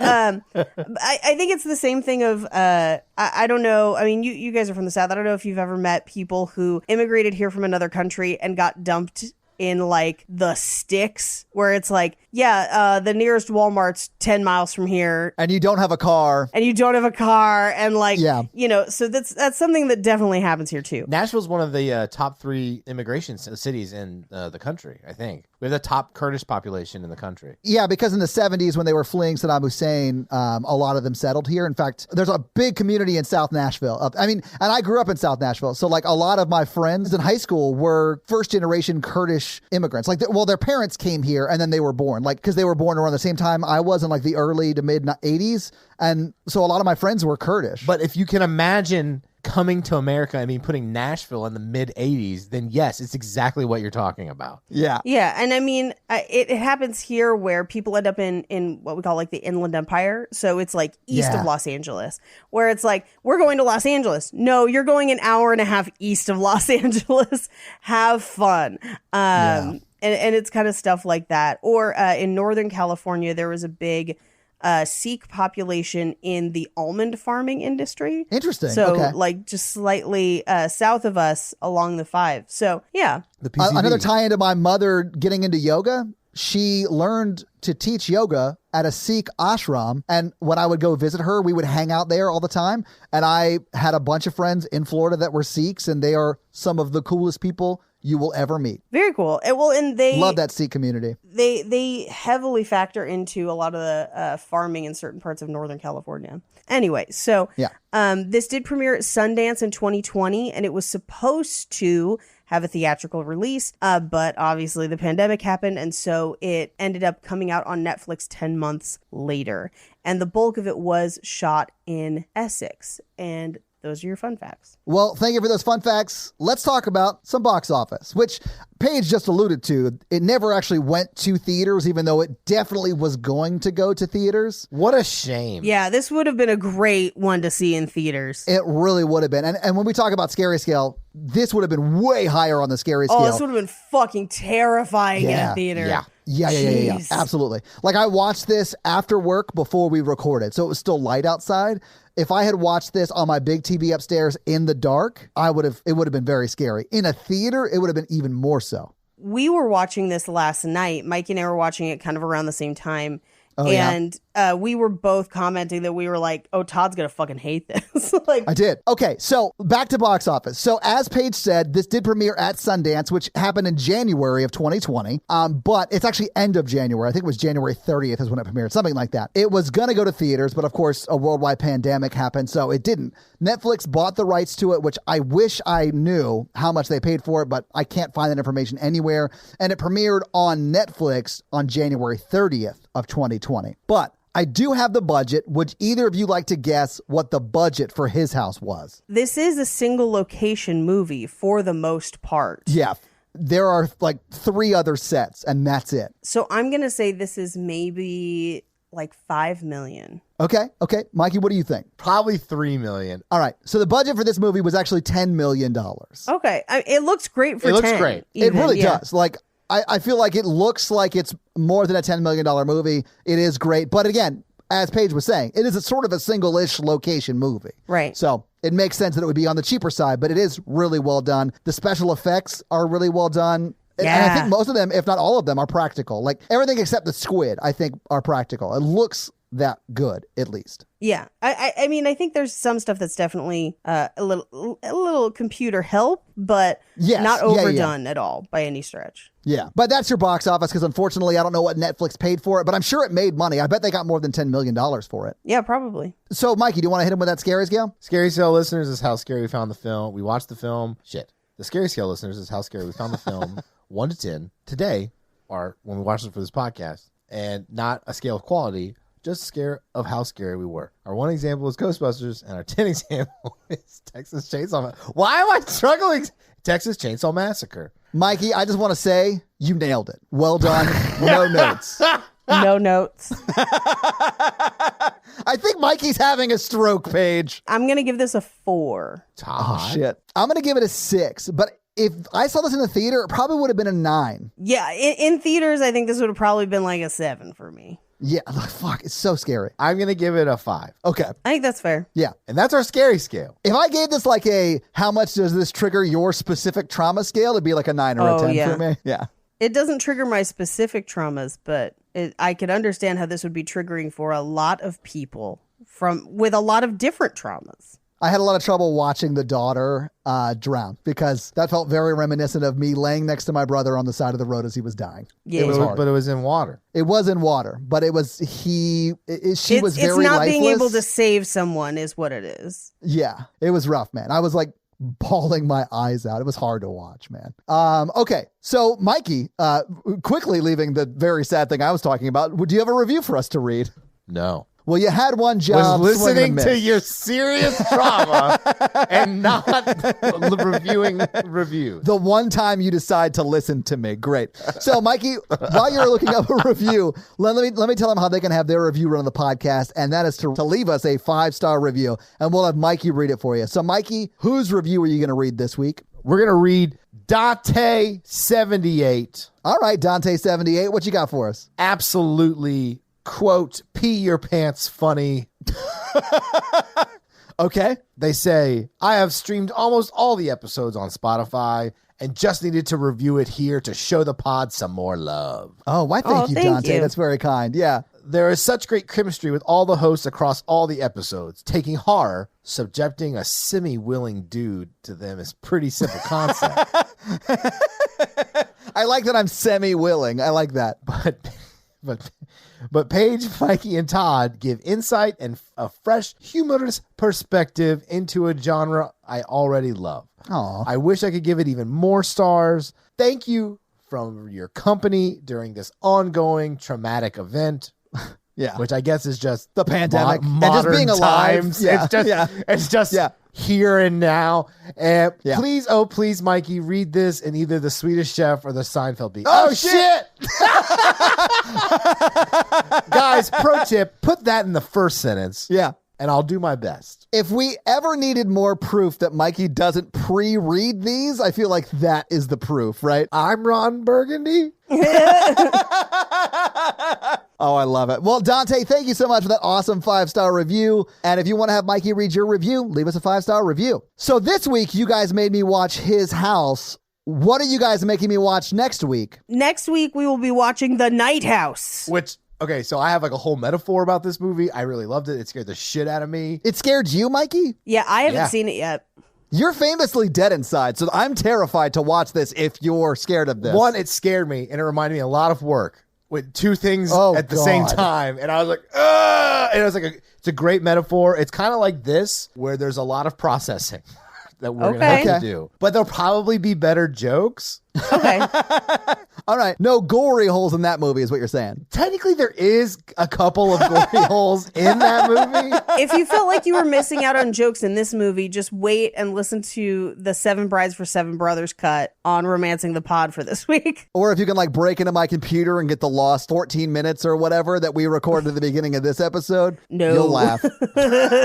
So guys, if you like this show but want to hear this power throuple on another movie review show about romance and romantic comedies, check out Romancing the Pod, where Mikey, Paige, and I break down and make fun of romantic movies. It's a lot of fun, guys. Check it out. If you want to follow us on social, please do. We are at Horror Virgin or online at horrorvirgin.com. If you want to follow us all individually, you can do that as well. Paige is at Paige Wesley on Twitter, or Rampage Wesley everywhere else, including TikTok. Mikey is at mrandolph24, and I am at Todd J. Awesome. If you like the show so much and you want to help financially support it, please do by going to patreon.com/horrorvirgin, where you can get a lot of great levels and a lot of great stuff like bonus episodes, director's cut episodes where they're a little bit longer and you get them actually a day earlier than the regular feed drop. We do a lot of great things like listener requests and stuff like that. So guys, check out the Patreon and help support the show. If you want to financially support me, but not Todd, just look me up on Venmo. If you can't financially support the show, that's understandable. That's fine. But if you want to hang out with us on the daily daily. Join the Facebook group at facebook.com/group/horrorversion. We also link it like once a week, so just find it there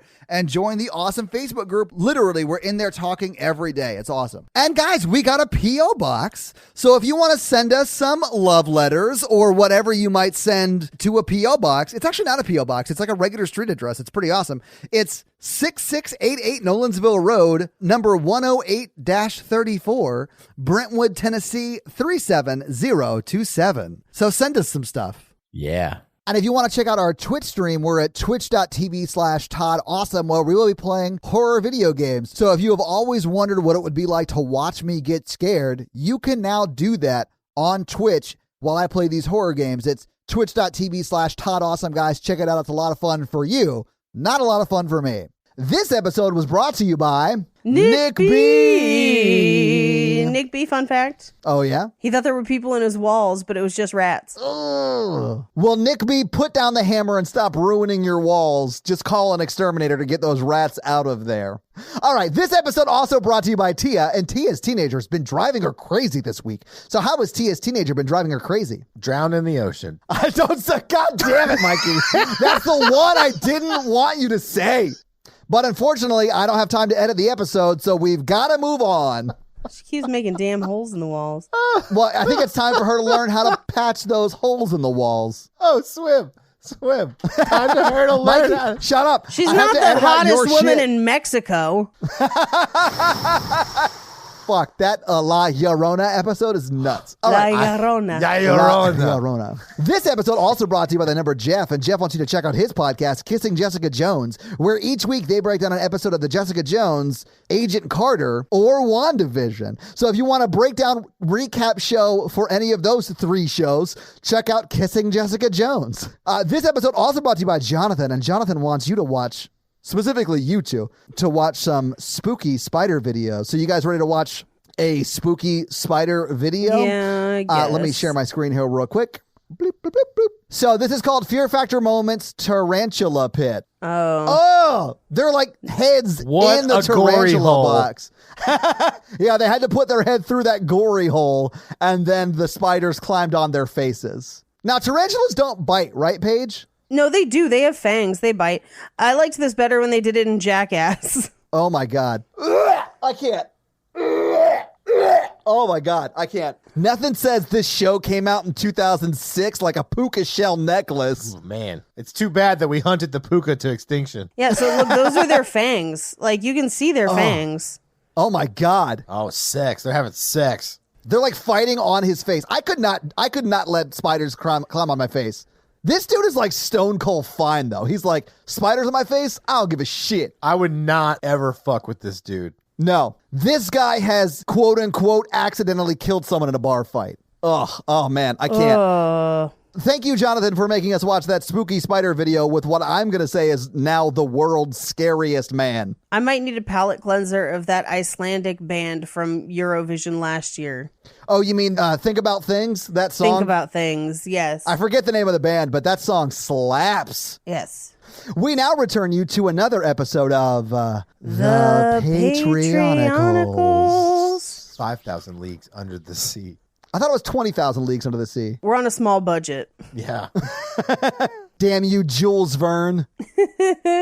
Okay, so Wes got pulled from Scott, who sucked from by Amber and Allie out of Scott's shoulder, and he comes out and he's a little ghost man made of clay. Wow. So his ghostiness, like the ectoplasm of his ghostness, like I guess just absorbed some of the rock and it turned into clay. He looks like Voldemort, like in the station, you know, up there. Oh, yeah. Okay, I got you. Yeah. King's Cross Station, you know? Yeah. And he's like, oh, this sucks. And the mermaids are like, we'll try to do better. And we're going to Amber and Allie like look at each other. They make out. And then they're like, we're going to try to do better. I'm sorry. They make out? That's the traditional mermaid celebration.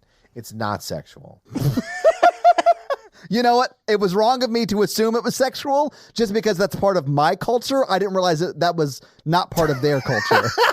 Paige is opening back up the romance novel. What is that one called? This one's called Falling for the Highlander, and it's got a very shirtless man with a kilt. Well, and you can see the top of his butt crack. Like it's very Yeah, a a lot little of bit. shoulders. It's a lot of It's shoulders. all shoulder and butt crack. And honestly, I think by the end of this movie, or by the end of that book, there's only going to be one person left because there can be only one Highlander. Exactly. And if you're curious, you can ask Lindsay Sands about it.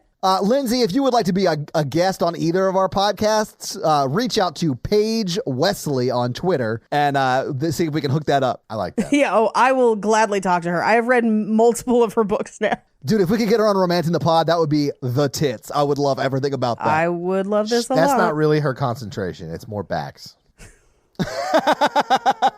That's fair. Okay. So picture Captain Brother. Mikey just like moves into it. He's like, I'm done with this. We're moving past He's it. wearing short cut off pantaloons, shirtless. Oh, okay. His peg leg glistens. Mikey is now making it like it's a romance novel, and I'm here for He it. turns to Jennifer with a PH. He's like, I've got wood. On my leg. Paige has taken her headphones off. She is standing up. She is walking out of the room. She has opened the door. Okay, no, she's coming back. She's coming back. Okay. Oh, man. We almost lost her, Mikey. We almost He's lost like, her there. we're 20,000 leagues under the sea, and I just want to bang. You know that famous line from that Jules Verne novel? Yeah. Jen with a PH, she kisses him, and she says, This isn't sexual. This is part of my culture. no, she's not a mermaid. Y'all never listen to me. You're such an idiot, and I love it. I love it. Right. But she was celebrating because she wants to have sex with him. So then it becomes sexual. So it is sexual? No. Oh. It's still a thing of celebration, like a high five down there. But then she's going to also High five him down there. Yeah. Well, Mikey, when I see you next and I kiss you full on the mouth, just remember it's not sexual. We're not under the sea. Mikey, we should go to the ocean together. This is unrelated. No. Unrelated to what we're talking about right now. I will drown you like a certain child that we talked about earlier. All right. Or stay away from umbrellas. Well, Mikey, when you get that $150 pool that you bought off Amazon installed, we'll just come over there. I forgot I did that. I'm so excited. I can't wait. We are legit going to create content from that pool. I promise you. We gotta get through this. Like, I just want to be done with this. I'm so sorry. I had a whole thing lined up. You guys are ruining it. Like a sex date? Yeah, this is a sex episode of Patreonical. It's a Oh, we know how well those have gone in the past. Driscoll's down there, and he's got Sneaky Snake and Joey and Nathan, and they're fighting. But it's not sexual. It's just part of their culture. Just fighting, yeah. Well, they kill the Kraken or whatever. Right. They killed and they're like, this place sucks. We gotta get out of here. And they're back in their cell, and Driscoll's like, I know a way to get out. And he's like, part of his robot body opens and a key to the cell comes out, and they're like, we're gonna escape next week. In the episode. In the next episode, they're gonna escape. Are they self-aware? Are they aware that they're in a weekly episodic sort of thing at the end of Horror Virgin episodes? No, not yet. Well, Driscoll is, because he knows everything. He's part of the Illuminati. He knows I exist to make the stories up. This is very Wait, Deadpool. the and I'm here Illuminati for knows it. you exist? Yes. So, cut to Aaron and Danielle. Oh. And they're with their moon people, and part of their culture is they're going to have moon sex orgy because they've been reunited with some of their people from the Mun. Isn't So that just rubbing your butts together, though? And that's what Yeah. they're all doing, and it's so hot and wet because it's under the ocean. But also not sexual. It's just part of their culture. It's just it's sexual. Oh, okay. Sorry. Some people are getting Mun pregnant. Through Is that their where butt? their I don't- belly you gets know what? full of cheese. Okay. Their butts have all of their sexual organs in them. Okay. This is, I don't want to know about any of this. They call it a prost grate. Yeah, only for the males. But in their culture, there's 4 different genders, sexes, that need to come together in an orgy to make a baby. So you need 4 butts to make a baby. Well, you need 16 butt cheeks. So 8 butts to make a The baby. math on this is breaking my mind. They have multiple butt cheeks more than we do. Because it was like, we have multiple They butt have cheeks. a triangle crack. Okay. So they have 3 butt cheeks each? Uh-huh. Okay, so they need at least 6 people with 3 butt cheeks and then 1 person with 2 butt cheeks. It's just like math class. I hate everything about this sexual encounter. That was also wrong. They need 5 people. Oh, fuck. I'm never getting laid on the mun. Don't worry about it. They all just group together, and there's so many butt cheeks in the scene. People are getting pregnant. They don't even know. I don't think it's about the number of butt cheeks. I think it's the amount of friction. Yeah, I don't know. I'm just mad that I couldn't divide by 15. Like, it's fine. Okay, we'll move on from that. That's Thank what they're you. doing. Kaylee is with Isaac and Karoon, and she's like, hey, you guys are really violent, but kind of nice now. Can I hang with y'all? And they're like, yeah. And then they all have sex. Oh, my God. Oh, my God. But, Paige, it's not sexual. No, it's just part of their throbbing culture. cut to Kate and Most Evil Matthew. And Most Evil Matthew's like, Kate, you're a bitch. And Okay. this is a picture of when I killed your whole entire family and your pets. Good Lord. Evil. Very evil. Most evil. Amy and Shining Donut just fucking like just straight up. But, again, not sexual. Part No. of their culture. You guys just don't understand their heritage. Well, Right. you know what Shining Donut is? A donut? Cream filled. Oh, well, now he is, yeah. And he's trying to get that cream out. And that's the episode. Is it?